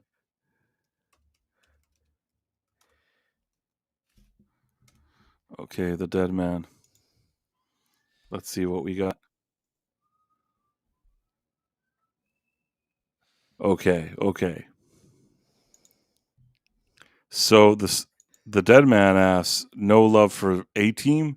Let me make something clear. I absolutely like very much the A-Team as well. I do. I really, really like them. No, I do And too. I that was a huge part of my childhood. I loved that show as a kid. I really did. I loved it as a kid as well. I think that when I rewatch the A-Team today versus when I rewatch Knight Rider, I don't know why. In the more recent years when I did a rewatch, I think that Knight Rider gave me more of a chuckle. I don't know why. It amused me more. I don't really know how to Yeah. explain it. Yeah. The A-Team I still enjoy though. I guess especially when it comes to the cast, really like George Peppard and Mr. T. Man, as a kid, I thought that they were great, and of course Murdoch and Faceman, and which is like Dirk Benedict and Dwight Schultz. What Yeah. a great cast! What a great cast! Later they tried to do the movie, the A-Team movie. Yeah. I'm sorry, as much as I like think that Liam Neeson is a fantastic actor, didn't really buy him as Hannibal Smith. George Peppard was exactly what Hannibal Smith needed to be. Yeah. He just couldn't be better. Maybe Liam Neeson could be a better actor than George Peppard in 7 out of 10, the 8 movies that you give him, but A-Team, he couldn't recreate him. And Bradley Cooper did a decent job. Maybe out of those, one of the more decent jobs out of those 4 actors. But I still think that like Dirk Benedict as Faceman was more playful. He had the right vibe. Dwight Schultz as Murdoch, I think he was great. And I can't remember who they had. I can't remember his name. Some wrestler. What was his name? The guy that they had in the movie that played I BA. don't remember. I don't actually think I ever saw it. Yeah. In any case, I didn't really care for it, but yeah. You can't recreate Mr. T as B.A. Baracus. No. B.A. Baracus is Mr. T. All that, I pity the fool, Hannibal. And like, you can't recreate that. I don't care who you put there. You can't recreate Mr. T in his prime in the 80s in that role. You just can't do it. No. So for me, when I did the rewatches, the main thing is that I really like the actors and the what they presented on screen. Some of the plots were even sillier than the Knight Rider ones, especially that they never kill anybody almost. Yeah. They always have these non-lethal weapons that they make to take people out. Yeah, it's funny. The only time that there was something that they like killed or somebody got killed was maybe like in Vietnam. There was that guy that had the daughter. I think it was like Tia Carrera. I could be completely wrong. I am probably wrong, and I don't know what I'm talking about. Didn't they rescue Tia Carrera and then she was supposed to join them or something? Oh, Am I confusing I don't a few remember. things? Because I feel like Tia Carrera was also in Quantum Leap as in Vietnam in a completely different role. Wasn't there something where the colonel that was always chasing them, he had a daughter in Vietnam? Am I imagining this? Somebody has to help me here. A-Team, Vietnam. Tia Carrera. Maybe it wasn't Tia Carrera. No, it was. Let me see. So, Tia is the daughter of Harlan Fulbright and was primed to become a member of the A-Team in season 4 of the series. Okay. She was the half Vietnamese daughter. See, Professor, sometimes you don't have faith in me. You think to yourself, this guy is talking some I never crazy doubted shit. you, Price. I knew you. You I was weren't sure. You weren't sure. Honestly, I wasn't sure, but I said it, and I could feel in the I was general trying atmosphere. to look it up myself, and I'm like, it seems like maybe I remember this, but I don't remember if it was Tia Carrera or not. I really don't. And apparently, they thought of actually adding her. Yeah. They needed a female touch on the They team, wanted a I female. You suppose. know Yeah. what? Tia Carrera, back in I'll take it. in those days, that would have been a great Hell yeah. addition. I don't know what she would have done with the A-Team, but fine. You wanted to add her. It could have been interesting. I wasn't against it. And apparently, the reason why she wasn't on the show was not because they didn't want her, was because she had a contract with some other show, with like a soap opera or something like that. And because of the contract, they wouldn't let her out. So even though they had intended to bring her on to be like part of the team, to walk around with them, they ended up not moving forward with that idea. But yep, and Tia Carrera played the Vietnamese girl both in the A-Team and in Quantum Leap when he went to Vietnam. I guess the reason here she was a good guy in the Quantum Leap, I think it's just kind of presented as a bad guy, but it's a whole different story. I guess they kind of typecast her. They're like, hey, do you want to go to Vietnam and be a daughter? Aren't you that Vietnamese lady? Like, I feel like that's what they did with her in those days. But yeah. And really, in both cases, they didn't really use her best talents there, because she was a very lovely lady, Tia Carrera.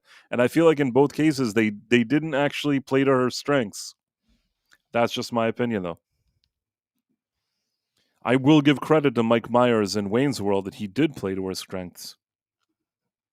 Yes, most definitely. At least he picked up on that. So that was good. And then I guess there was another thing. I don't know if I was hoping that you'd know more about this. So there was some situation today Whereas where somebody was surviving as soldiers of fortune, and if you have a problem and no one else can help, maybe you two can find the A team. Is that in no? 1971, a crack commando team of blah, blah, blah, blah. So, something like that. Sent to prison by a sent to military prison court for a crime for they a crime didn't they commit. didn't commit. Yes. Now they make their way as soldiers of fortune. If you have a and problem then he- and no one else can help, and if you can find them, maybe you can hire the A team. Dun, dun, dun, dun. Awesome. That's like the It's best beginning. an amazing opening for a It's TV show amazing. in the It's 80s. It's amazing. great. I will say that like that one was amazing. I still will have to admit that probably the best theme song, I think the best theme song I've ever heard for a show, I think is Knight Rider. Oh, it's a great Knight theme Rider, song, that's the coolest thing. That dun dun dun dun dun dun dun dun dun dun dun dun dun dun dun dun Yeah. and like the bass, it's just so brilliant. Yep. Yeah, it works It's really just well. it's fantastic. I can't tell you how much I love the theme song to Knight Rider. Genuinely, even if I didn't like the show as a musician, I'm telling you, absolutely love it. And then Bigot on social media left a comment here, and he said, "Good stream, helped me get through another monotonous workday. Thank you, thank you, thank you for the kind words. We appreciate that." So there was something that Microsoft apparently is using Minecraft to push DEI. Did you see something like that today? Oh my goodness. No, I had not seen that. Let me see what I can find on that. Granola Grin says Wayne's World definitely knew what the fans wanted. He certainly did. First of all, he understood that, having some ladies there is good. And usually when there were ladies that he said were good, the ladies were, you understand what I'm trying to say. He understood the kind of ladies that men liked, and he knew how to incorporate them into his movies. Wayne Stock, yeah, that was... I feel like Wayne's World 2 was a decent movie. The only problem is that I think that the first one was like a more fresh, out of left field movie that really captured people's attention. I also feel like they waited a number of years until they made the second one, and there was so much hype surrounding the first one that people were quoting it, and it became such a cultural phenomenon that by the time the second one came around, there was kind of like less enthusiasm. Maybe it had been overdone or overexposed, so I think that the second one doesn't get enough love. I actually do like the second one for whatever it's worth. There's some good things in it. Stu Phillips wrote that. And I believe that Stu Phillips also had something to do, I don't know why I think this, had something to do with the Monkees. Why do I think that Stu Phillips had something to do with the Monkees, Professor? Oh, no clue. Okay, let me look at this Stu Phillips. You look into this Microsoft with all I was thinking of just was looking at the chat and thinking of Wayne's World, and for some reason the only thing I think of was the tiger was one thing, but the store owner was something completely different. I had to beat them to death with their own shoes. Okay, so I don't know. So basically, Stu Phillips, from what I can tell, he, first of all, let me show you this because I want to impress you again, Professor, because you didn't believe in me. I never do, Bryce. First of all, in 1958, he began composing for Columbia Pictures or something like that, and he produced chart-topping hits or something like that for James Darren, Nina Simone, the Skyliners, Shelley, blah, blah, blah, the Monkees. So he did do that. And then in addition to it, later it says he continues to score films and blah, blah, blah. He worked with Universal Studios, Battlestar Galactica, $6 Million Man. And then he composed music for the television series The Fall Man, Automan, and Knight Rider. So I was right. It's kind of strange because, I don't know, I mean, the Monkees were so different than Knight Rider, yet somehow he did both of those things. I'm trying to think, what song did he do for the Monkees? You know what I think it is? Maybe In This Generation. Okay. Do you know that song? I do not know that one. No, Let me I check for a only second know a if it few was In This few Generation. songs. In This Generation song. Let's see who wrote it.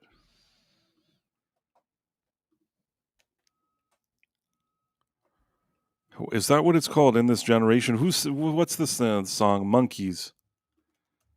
What did you find out about the? Still looking here. Is it just no? Say yeah. My Generation is the Who. That's not the song I'm thinking of. For Pete's Um, sake, song.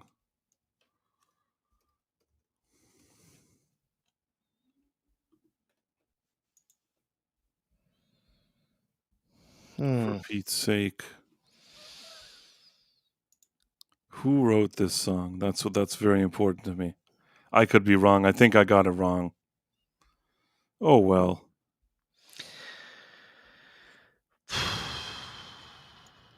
I messed up. He didn't write No. the song that I thought. Oh, Oh well. failure. I'm just kidding. I have to know No. what he wrote. What he wrote for them. Well, I mean, I'm finding a few things about Microsoft and using Minecraft for this stuff, but I'm not finding like any individual stories to really share. Let me see. Maybe I can.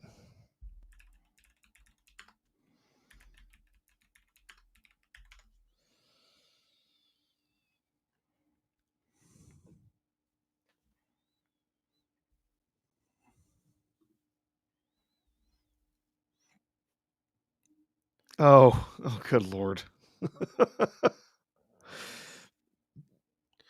There's apparently, yes. Okay. So, yeah, do have one thing I can share about it. Okay. Okay. So,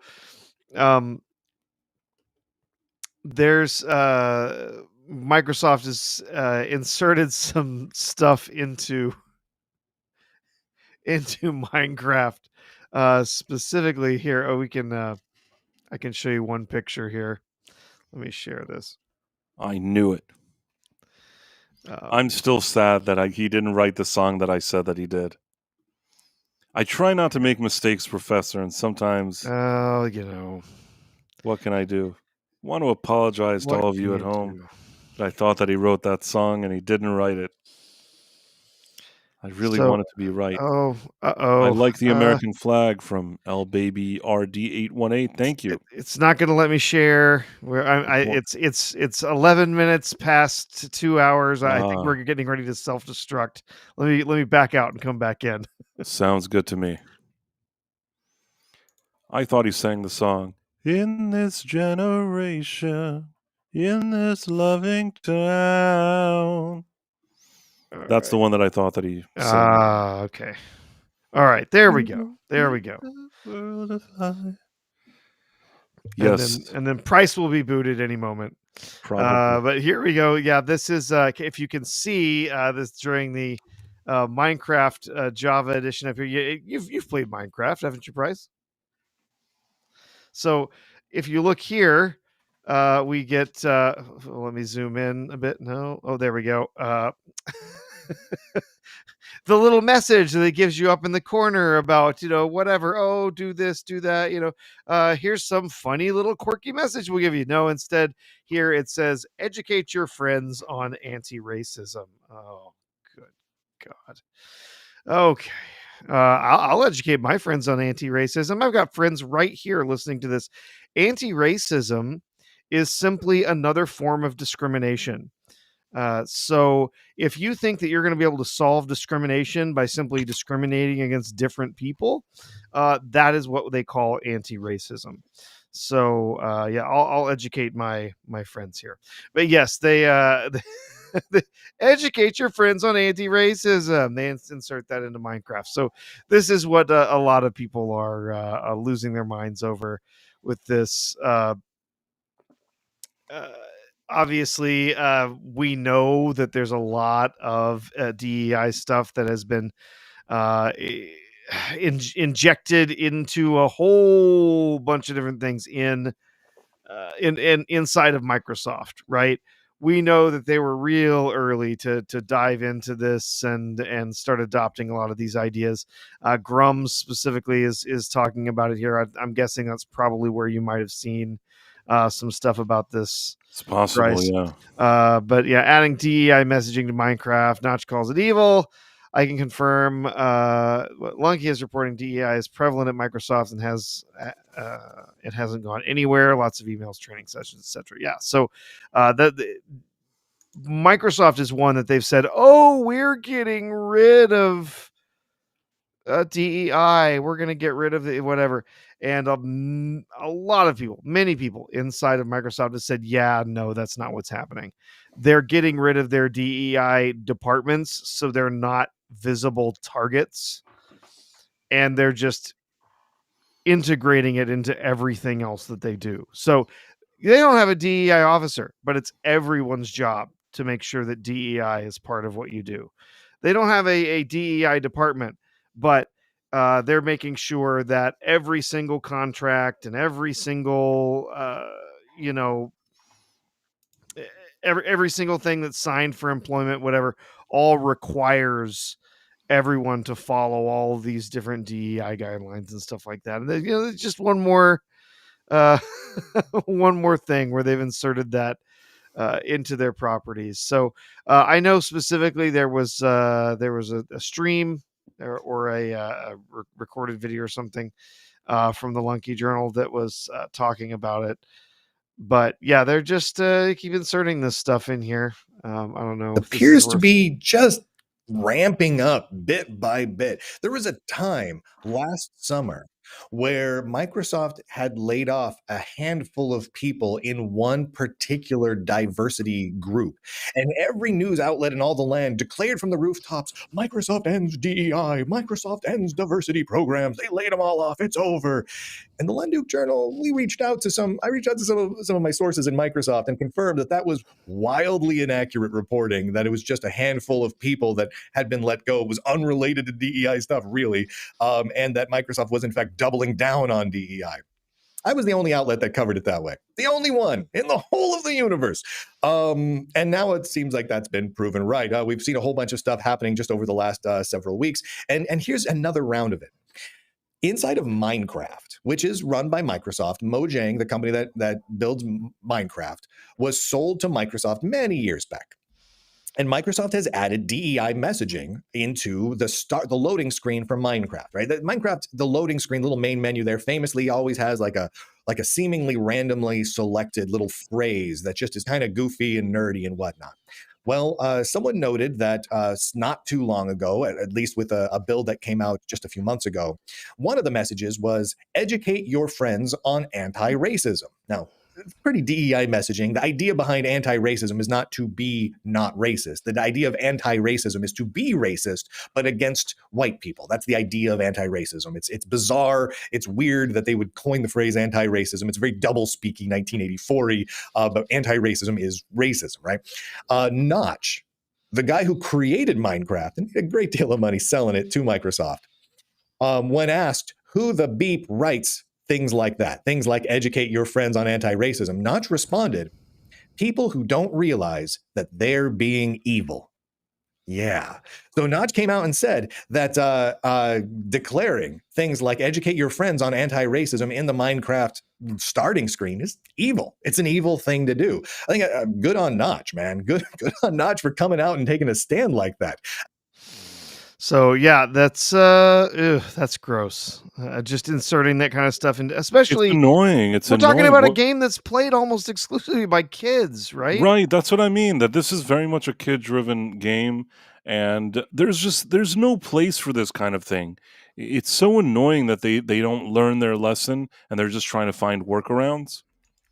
By the way, Maroxter says Neil Diamond also wrote "I'm a Believer" for the Monkees in 1966, but later covered it himself a year later on his second album. The truth is, though, their version is the one that most people know, and maybe the Smash Mouth one later from Shrek, which was like a cover of the Monkees version style of performing. Anyhow, yeah, I think it's really low that they would shove that into Minecraft. I think it's really crappy.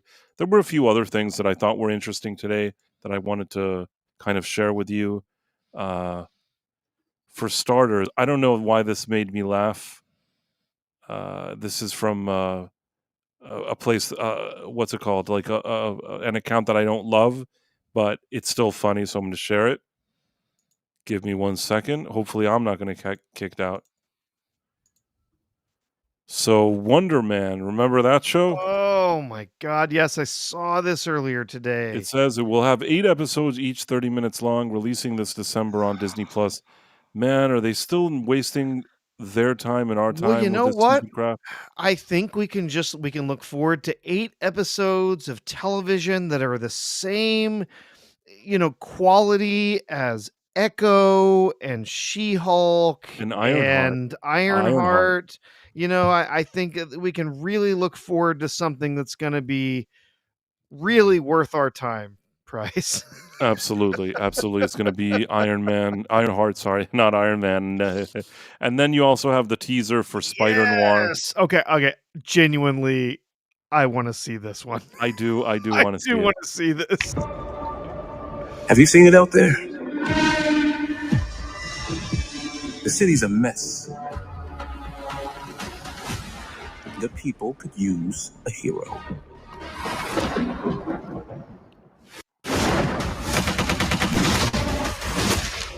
I hope they find someone.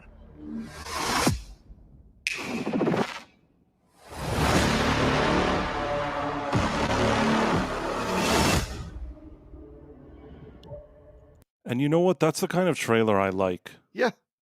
It's a nice little teaser. You get a little snippet of, hey, here's the hero, here's the guy playing him.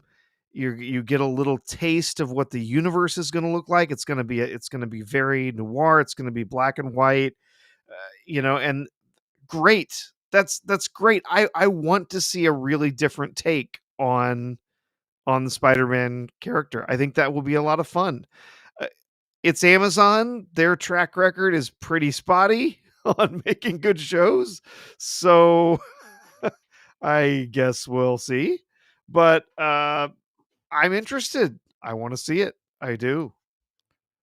There was something weird with yesterday. There was somebody passing around something that, according to a poll, Chelsea Clinton is. Uh, okay. Oh, Chelsea Clinton was apparently rated the most attractive first daughter. The first daughter, and I don't know what to say about that. That probably isn't. That probably doesn't ring true to me. Yeah. People were then kind of showing, you know, like pictures of her. I mean, look, I don't like to get into this petty stuff, but I mean, the comments were rather amusing in some cases. A lot of people were showing like Ivanka Trump and saying that she looked. Yeah, I'm even gonna say that. Sorry, but Bush's daughters are more attractive than Chelsea. Yeah, I really. It's hard for me to claim that she is the most like appealing like first daughter ever. I don't. I'm not as mean as some of these comments here, but when you look at, let's say, like Trump's daughter, I think that what are you Mhm. gonna do? This is like I'm talking about like objectively. You know what I mean? Yeah, yeah. And if you're talking about like ones that had like really like significant influence within the White House, like yeah, if Ivanka Trump is at the top of that list, like she actually had a seriously influential position in the first Trump term, and then yeah, there's Even if been you're just looking at like looks, I don't think that that's a way to describe like Chelsea Clinton. It's nothing personal. I just think that that's not an accurate yeah, description. yeah. We do have a super chat over on YouTube. It's the dead man. And let me see for a second. Have the dead man who says, Price, have you seen the A-Team Bad Batch parody? Not sure what you're talking about. So there's been actually I think there's been a few of them where they, you know what the Bad Batch is, right?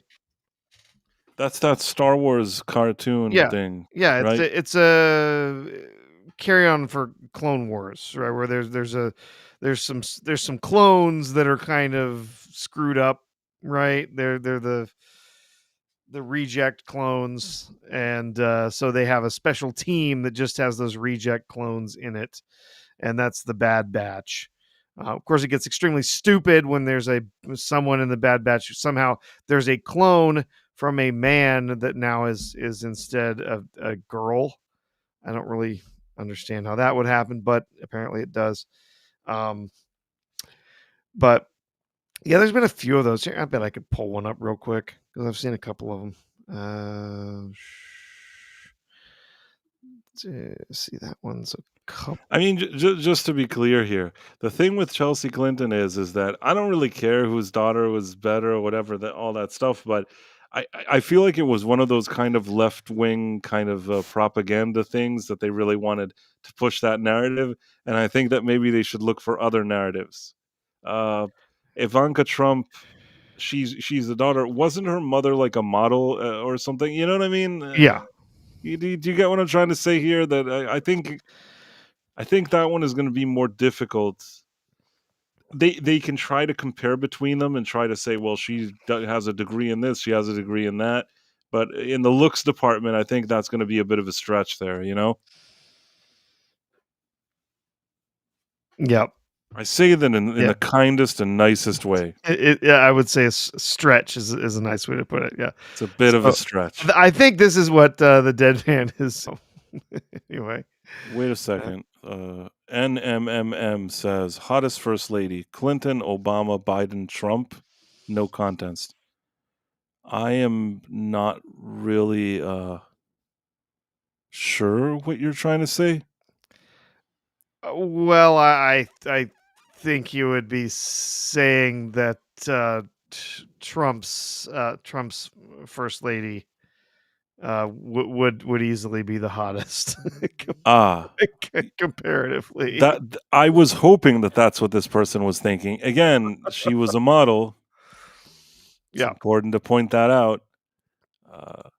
Being a model and looking good is helpful in that type of competition. Not that it's a competition. I'm Yeah, just saying that I if would say that she is the only of those first ladies who's ever at least publicly posed nude.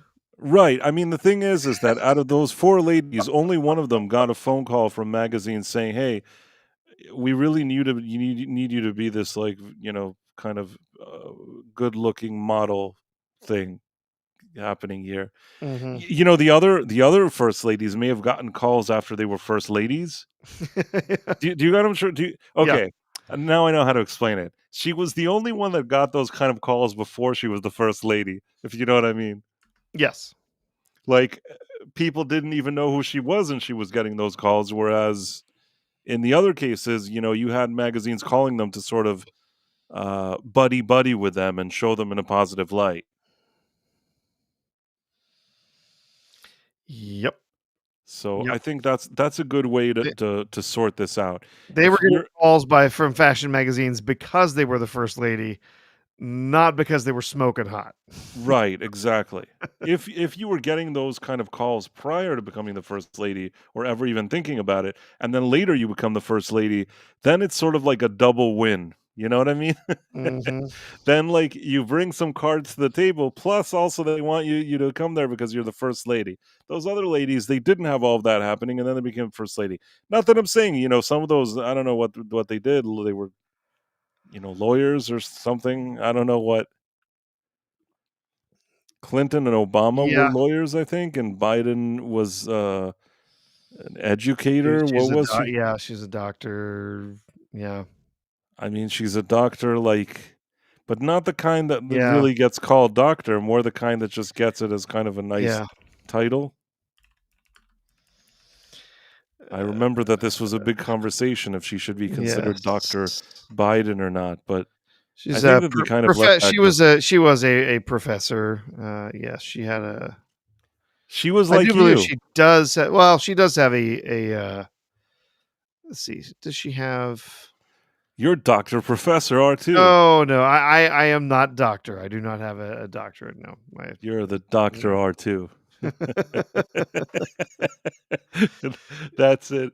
Henceforward, you're Yeah, Dr. she does R2. not have apparently a doctor. No, yeah, she does. Yeah, she has a doctorate of education. Yeah, so That's yes, good to know. if you do have a PhD or one of those other degrees. No, I stop at at an MBA. I have an MBA. But yes, This is really yeah, classy not type a of conversations that we yeah. have here late at night on the Night Owl. If you're expecting just like the But that highest end but that intellectual that is what's considered a terminal degree in the business world. So yeah. this is an intellectual conversation, the kind that people have grown accustomed to here Yeah. on the Night Owl, especially in the later hours of the Night Owl. Yes. I don't know what else do we have to talk about. Price? We got much of anything? I do know there were a couple things that came up over the last week or so that just made me laugh. Really, it's just the last few days. If I told you that there was a president who signed presidential actions to allow more refugees to come in from a country in Africa, and also another executive order that lowered prescription drug prices, would you say that would be a Democrat or a Republican?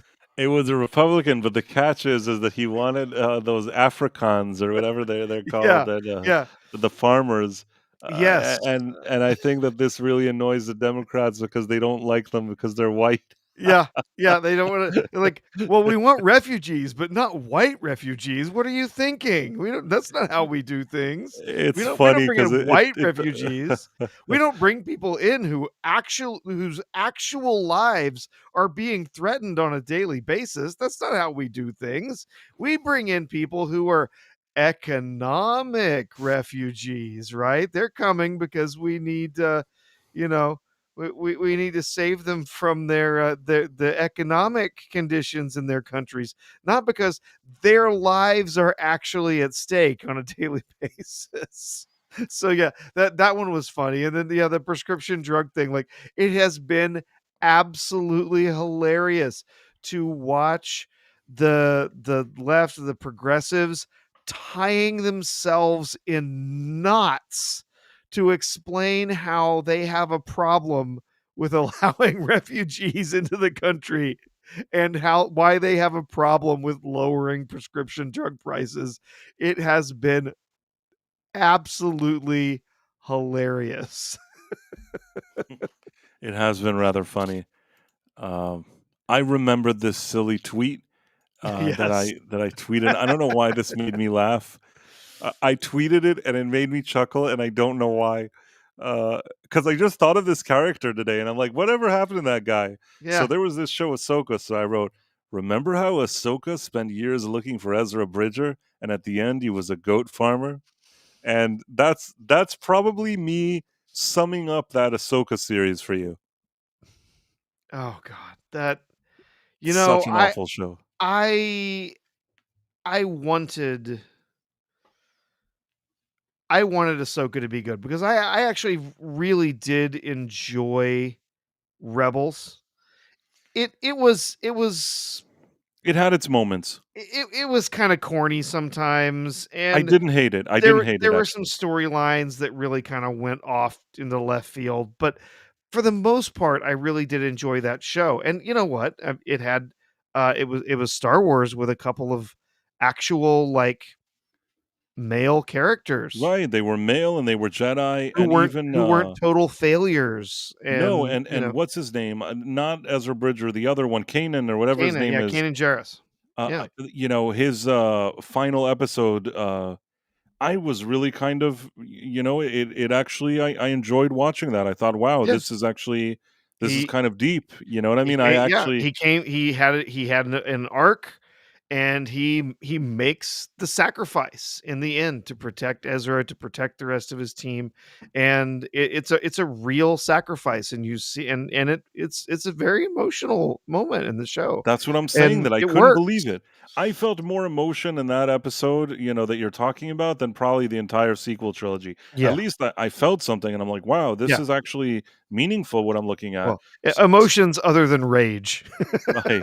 So so so really, I don't know, that show had some things that I enjoyed. I'm not Yeah. saying that every episode was on the same level, but there were certain episodes that I genuinely liked what they did there. And when they were going to do this Ahsoka show, I liked the Ahsoka character. I was interested in seeing what happened to Ezra Bridger because of the way Rebels ended, a show that I didn't hate. But at the end of the day, once I saw this thing, Filoni was out of his league with the live action, and man, did this show stink. This show was so Oh, bad. it stunk out Awful. loud, stunk out loud. Awful. So, yeah, they take what was very, very clearly supposed to be a romantic relationship between Sabine and Ezra, and in episode 1, they put him in the friend zone. It was awful. That was very clearly supposed to be a romantic connection between them that grew over the series, not a, "Oh, you're like my brother" kind of thing. That was never what it was supposed Very to be. annoying. Very And annoying. so they trashed that relationship, and then they have, they sort of hold up Sabine as being this great, "Oh, you had so much potential, you could have had so much power, but She's you better didn't." than him. Sabine is in this show, Sabine is the talented one. Ezra is Exactly. some idiot. The second you see him, he's just walking around like tending to his goats, Yeah. and he's a stupid jerk off And idiot. Sorry, Sean. he's been stuck on this planet with with Thrawn, and like he's riding around with a bunch of crabs or Turtles or whatever, space turtles, turtles. It was space turtles, so stupid, and man. some, for some reason, with all the forces that he had at his disposal, hundreds and hundreds of troopers, TIE fighters. He hasn't been able to find Ezra Bridger, when apparently he was just over that next hill over there. when when we see, is like, no, he had to have, Ridiculous. It was so embarrassing, it that was show. so dumb. They made Ezra, just completely nerfed Ezra, who was a really good character. They ruined him. We had Sabine, who they tried to just girl boss the hell out of her, and she was an embarrassment. They took Ahsoka, who genuinely a character with ups and downs in different series that she was in, but I enjoyed the arc that she had, where essentially in Rebels, she came back, she faced Vader, and as far as we knew, she died, right? She died trying to face Vader. And then of course we see in Rebels, Ezra rescues her. He saves her from that fate. From that fight with Vader in the last moment, saves her from dying. But we get this version of Ahsoka, who apparently decided not to train at the gym or anything for the next 15 years or something, because she moves like a 50-year-old woman.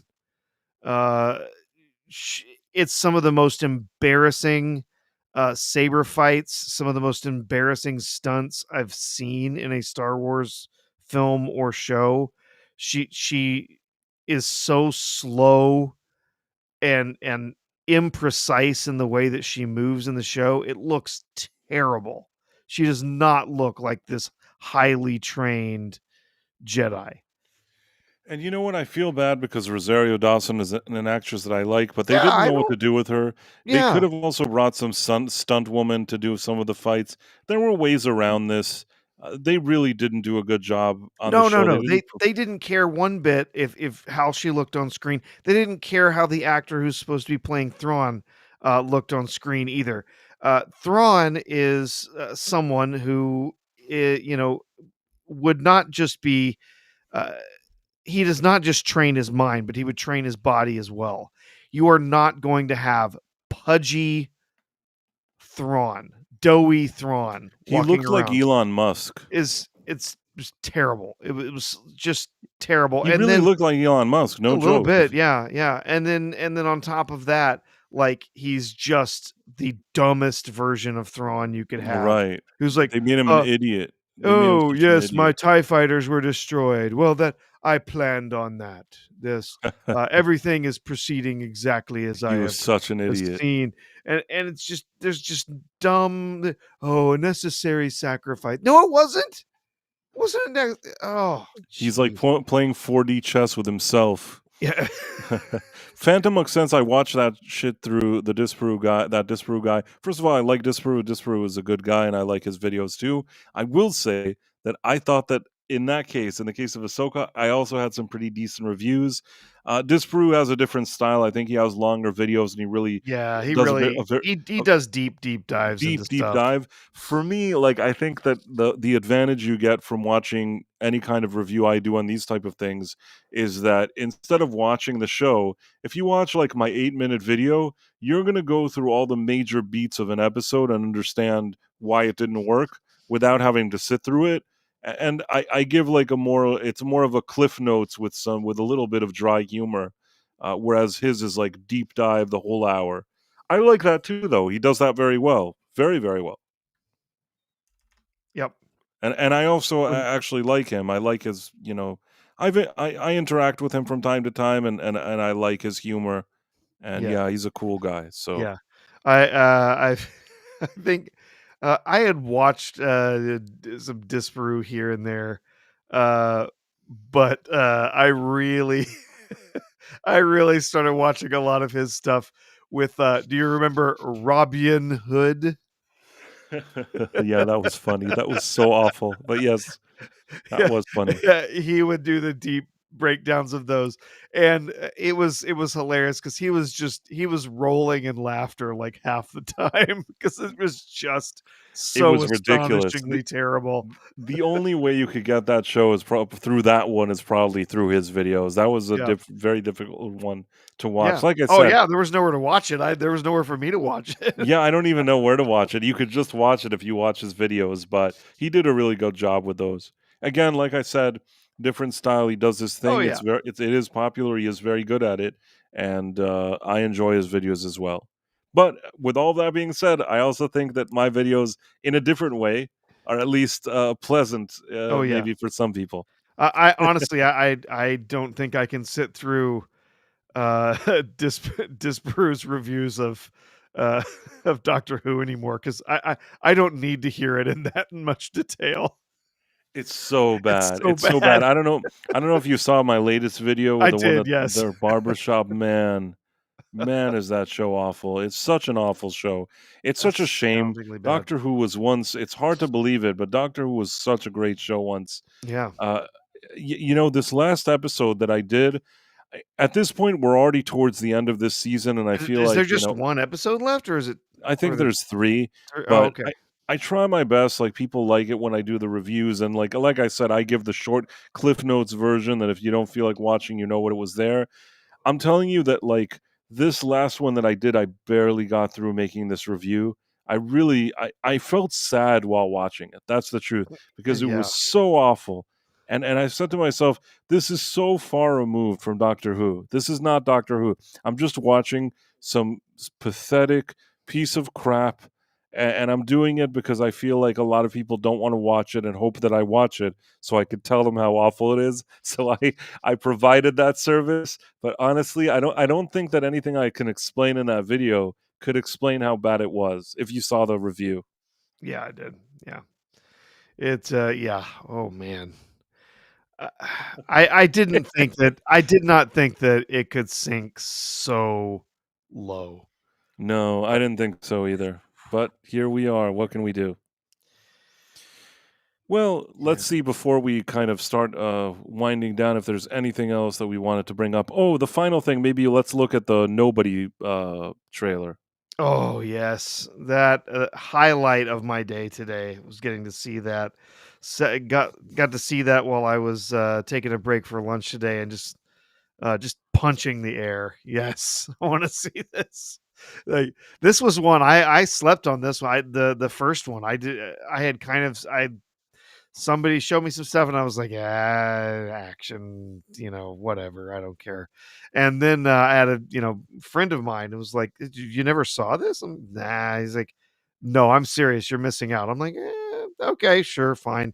So we sat down one night and watched. I'm like, "Oh my god, that was fun!"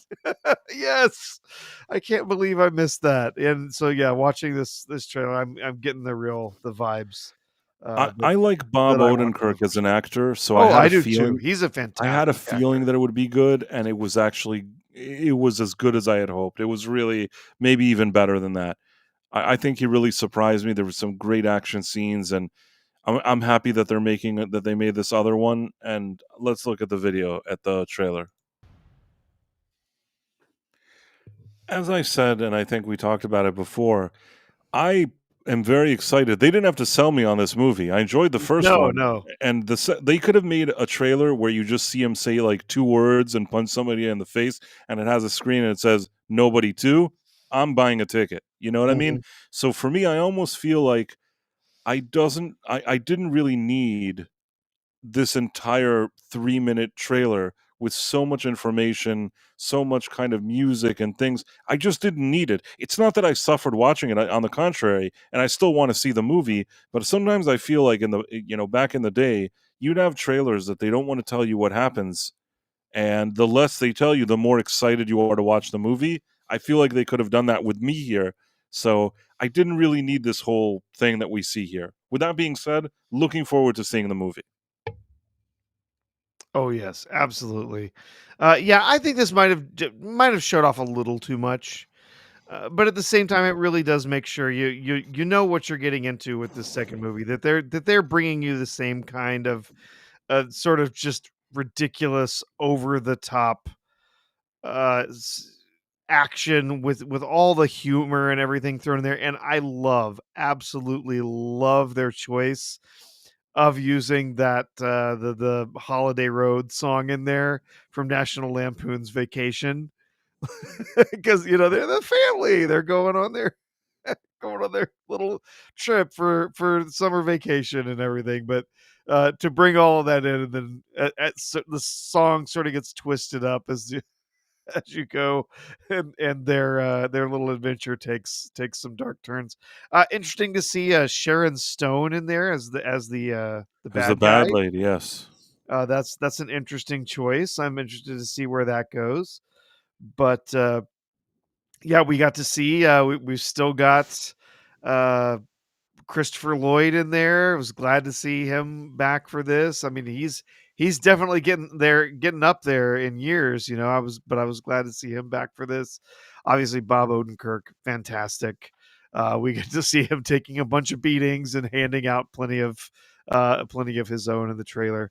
But you're right. I think they didn't have to go this far, showing this much uh, I for the personally film. didn't need it, but I Yeah. understand. I was telling people before, I was talking with Tom, and I don't know who else was there, Andre and people on Mead.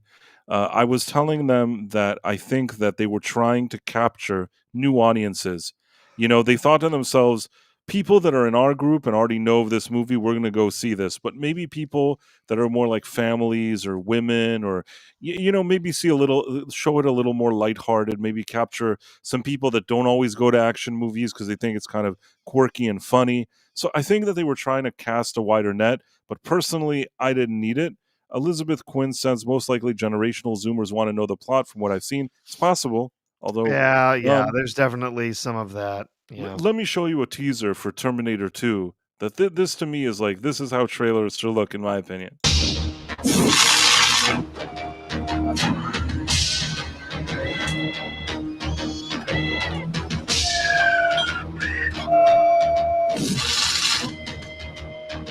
If you want to get me excited about a movie, show me like this trailer.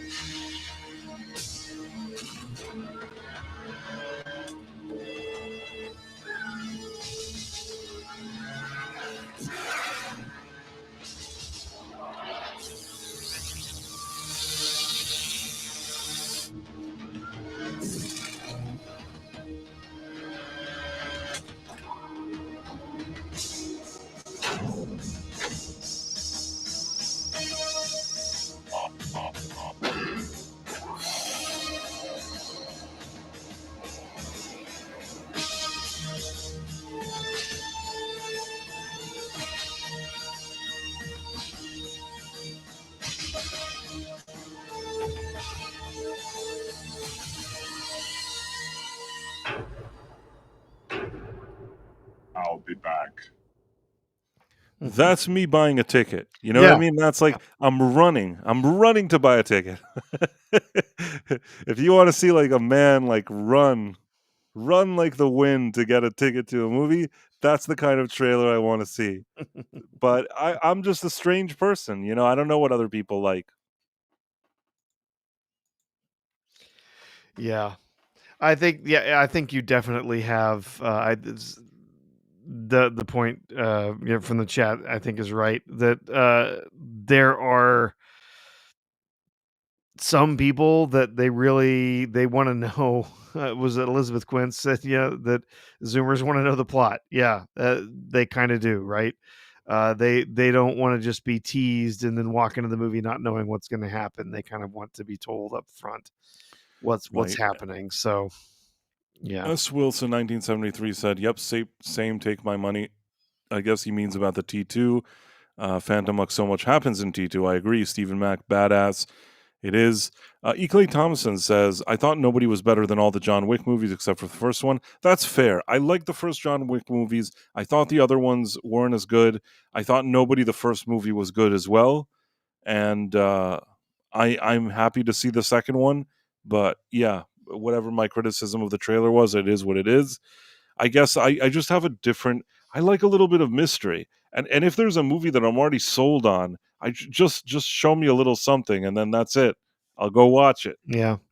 I think that it's possible that they, as you said, looking for new audiences, that they felt maybe that the first movie didn't get enough exposure, and they're looking to really try and bring in even more people. Right. I mean, On top this one of is like, oh, look, it's funny and there's comedy and it's that guy that plays Saul Goodman and there's some action and then the woman is also this and the kids and like it's fine and vacation and it's upbeat and there's look at the humor, look at the song. I think that in the first movie they didn't try any of that. They're like, look, this is like an action movie. Do you want to see it? And I think that like all the regular dudes out there were like, yeah, sure, we want to watch it, but they're trying to get something beyond that. They're like, okay, we get it. The dudes that like action movies are gonna go see this movie, but now we got to bring some more like normies, women, families. I don't know what they're looking for. Yeah. Well, definitely I'll looking be forward to back. that one. Upset that I have to wait till August to see it, but definitely looking forward. That's going to be a day one ticket for me. I'll definitely watch it. But I think that now we've covered a lot of great topics today, and maybe it's time for us to start wrapping it up. Sure. I don't know if your special filing system, if you have all the people. My data banks with all of my You have a special data system. here. Yeah, give me just a second.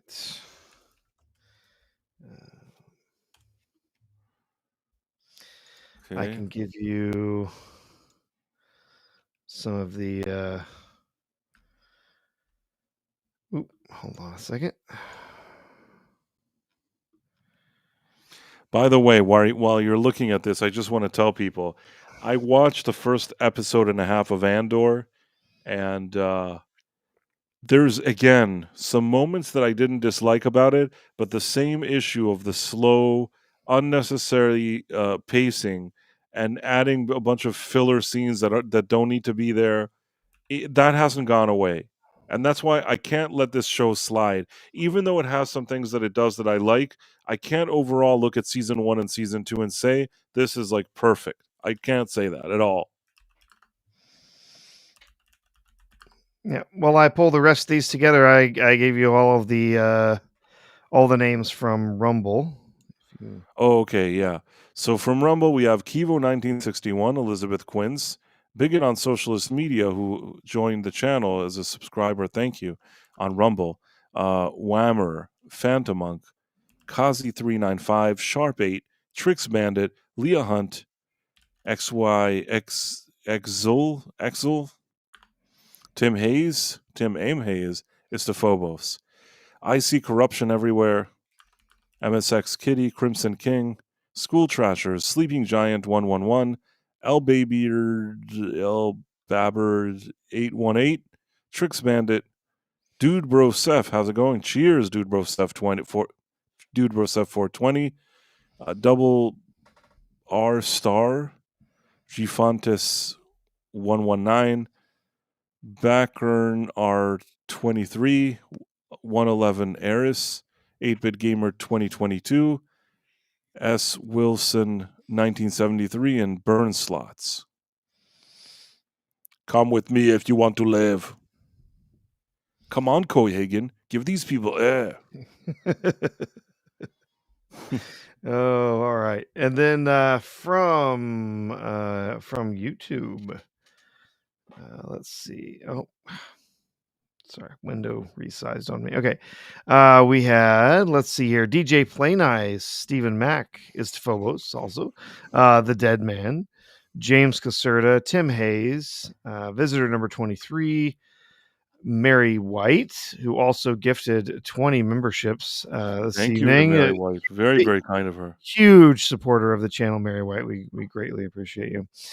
E. Clay Thomason, Inverse Opinion, Marla Sherendoff, SWD 40, Kayla Levine, Yitis, Murr Rockstro, Jonathan Conroy, Corbin Dallas, Zun RJ 5, Whalem 03, Sean Green, Mrs. Sparkles, or excuse me, Ms. Sparkles, Mephisto's movie reviews, Jamalama, Granola Grin, Captain Palsy, and Nim. Yep, and I think I got everybody in there. Oh, and then Mark D with a C sneaking in there at the end. It says great show tonight. Lurking, trying to finish up a project tomorrow morning. Good to see you, Mark. I appreciate that he actually listens. Sometimes you have those people that you don't know they're here and they just suddenly pop up at the end, and it turns out they were listening. And I always like that. Yeah, he tells me he listens and when he's working on stuff late at night. So that's I think what our show does for people. It's late at night. They either want to fall asleep or they're working on something and trying to stay awake. People have different things that they may see in our show, but if we can amuse some people and put, help some people pass the time in a pleasant way, I'm happy that we do that. I'm happy to do that personally. And it's been a pleasure as usual. Another great show here on the Night Owl. Again, I said at the beginning, and I'll say it again. If you're watching on Rumble through the app and you haven't signed up, you should sign up. It's free. And then once you do that, please follow us. And then click on the bell so you know when we do these streams. Just so you know, regardless, every Tuesday and Thursday at 11:45 p.m. Eastern, we're here. You should definitely follow us. If you're watching on other platforms, because even though Rumble's our headquarters, through Rumble, we also broadcast through to other places. And if you're watching on another platform, make sure to follow or subscribe to us there, and that would be great. And you can see Professor every Friday on the channel B-Roll, because they do this kind of like mystery science theater, but with Professor R2 and Adam Gray and friends, and they're kind of watching old movies and talking about them. It's a fun show. I checked it, I just checked out their recent episode when they were doing it live, and it's always fun. So it's a really nice hangout spot. So I recommend that. You have the ability to throw a link to that in one of those chats or whatever it is. You should definitely do that. And then we got a new member over on YouTube. Oh, Mark D with a C. He's a leaper. Congrats, sir. Thank you. Thank you for joining us. You are officially a leaper. Probably some people are like, why are we leapers? Well, you're leaper. First of all, it's better than being lepers, but leapers is because of the show Quantum Leap. And that's why you're leapers. Don't ask questions. Anyhow. See, I'll throw the there is the Rumble link for B-Roll Stage over there on Rumble. And then let's get to the YouTube one here. For some reason, I don't just have it sitting around. I've got to copy it here. But yeah, we'll do our show on Friday evenings, riffing on some old movies. Have a little fun with that. So yeah, I'll make sure to mention it again on Thursday. Because we will be here again on Thursday. On Thursday on the Night Owl, 11:45 p.m. Eastern, and we'll see you all there, hopefully. Yeah. And on that positive note, I guess we can say goodbye. All right. Yeah. Bye. Bye bye.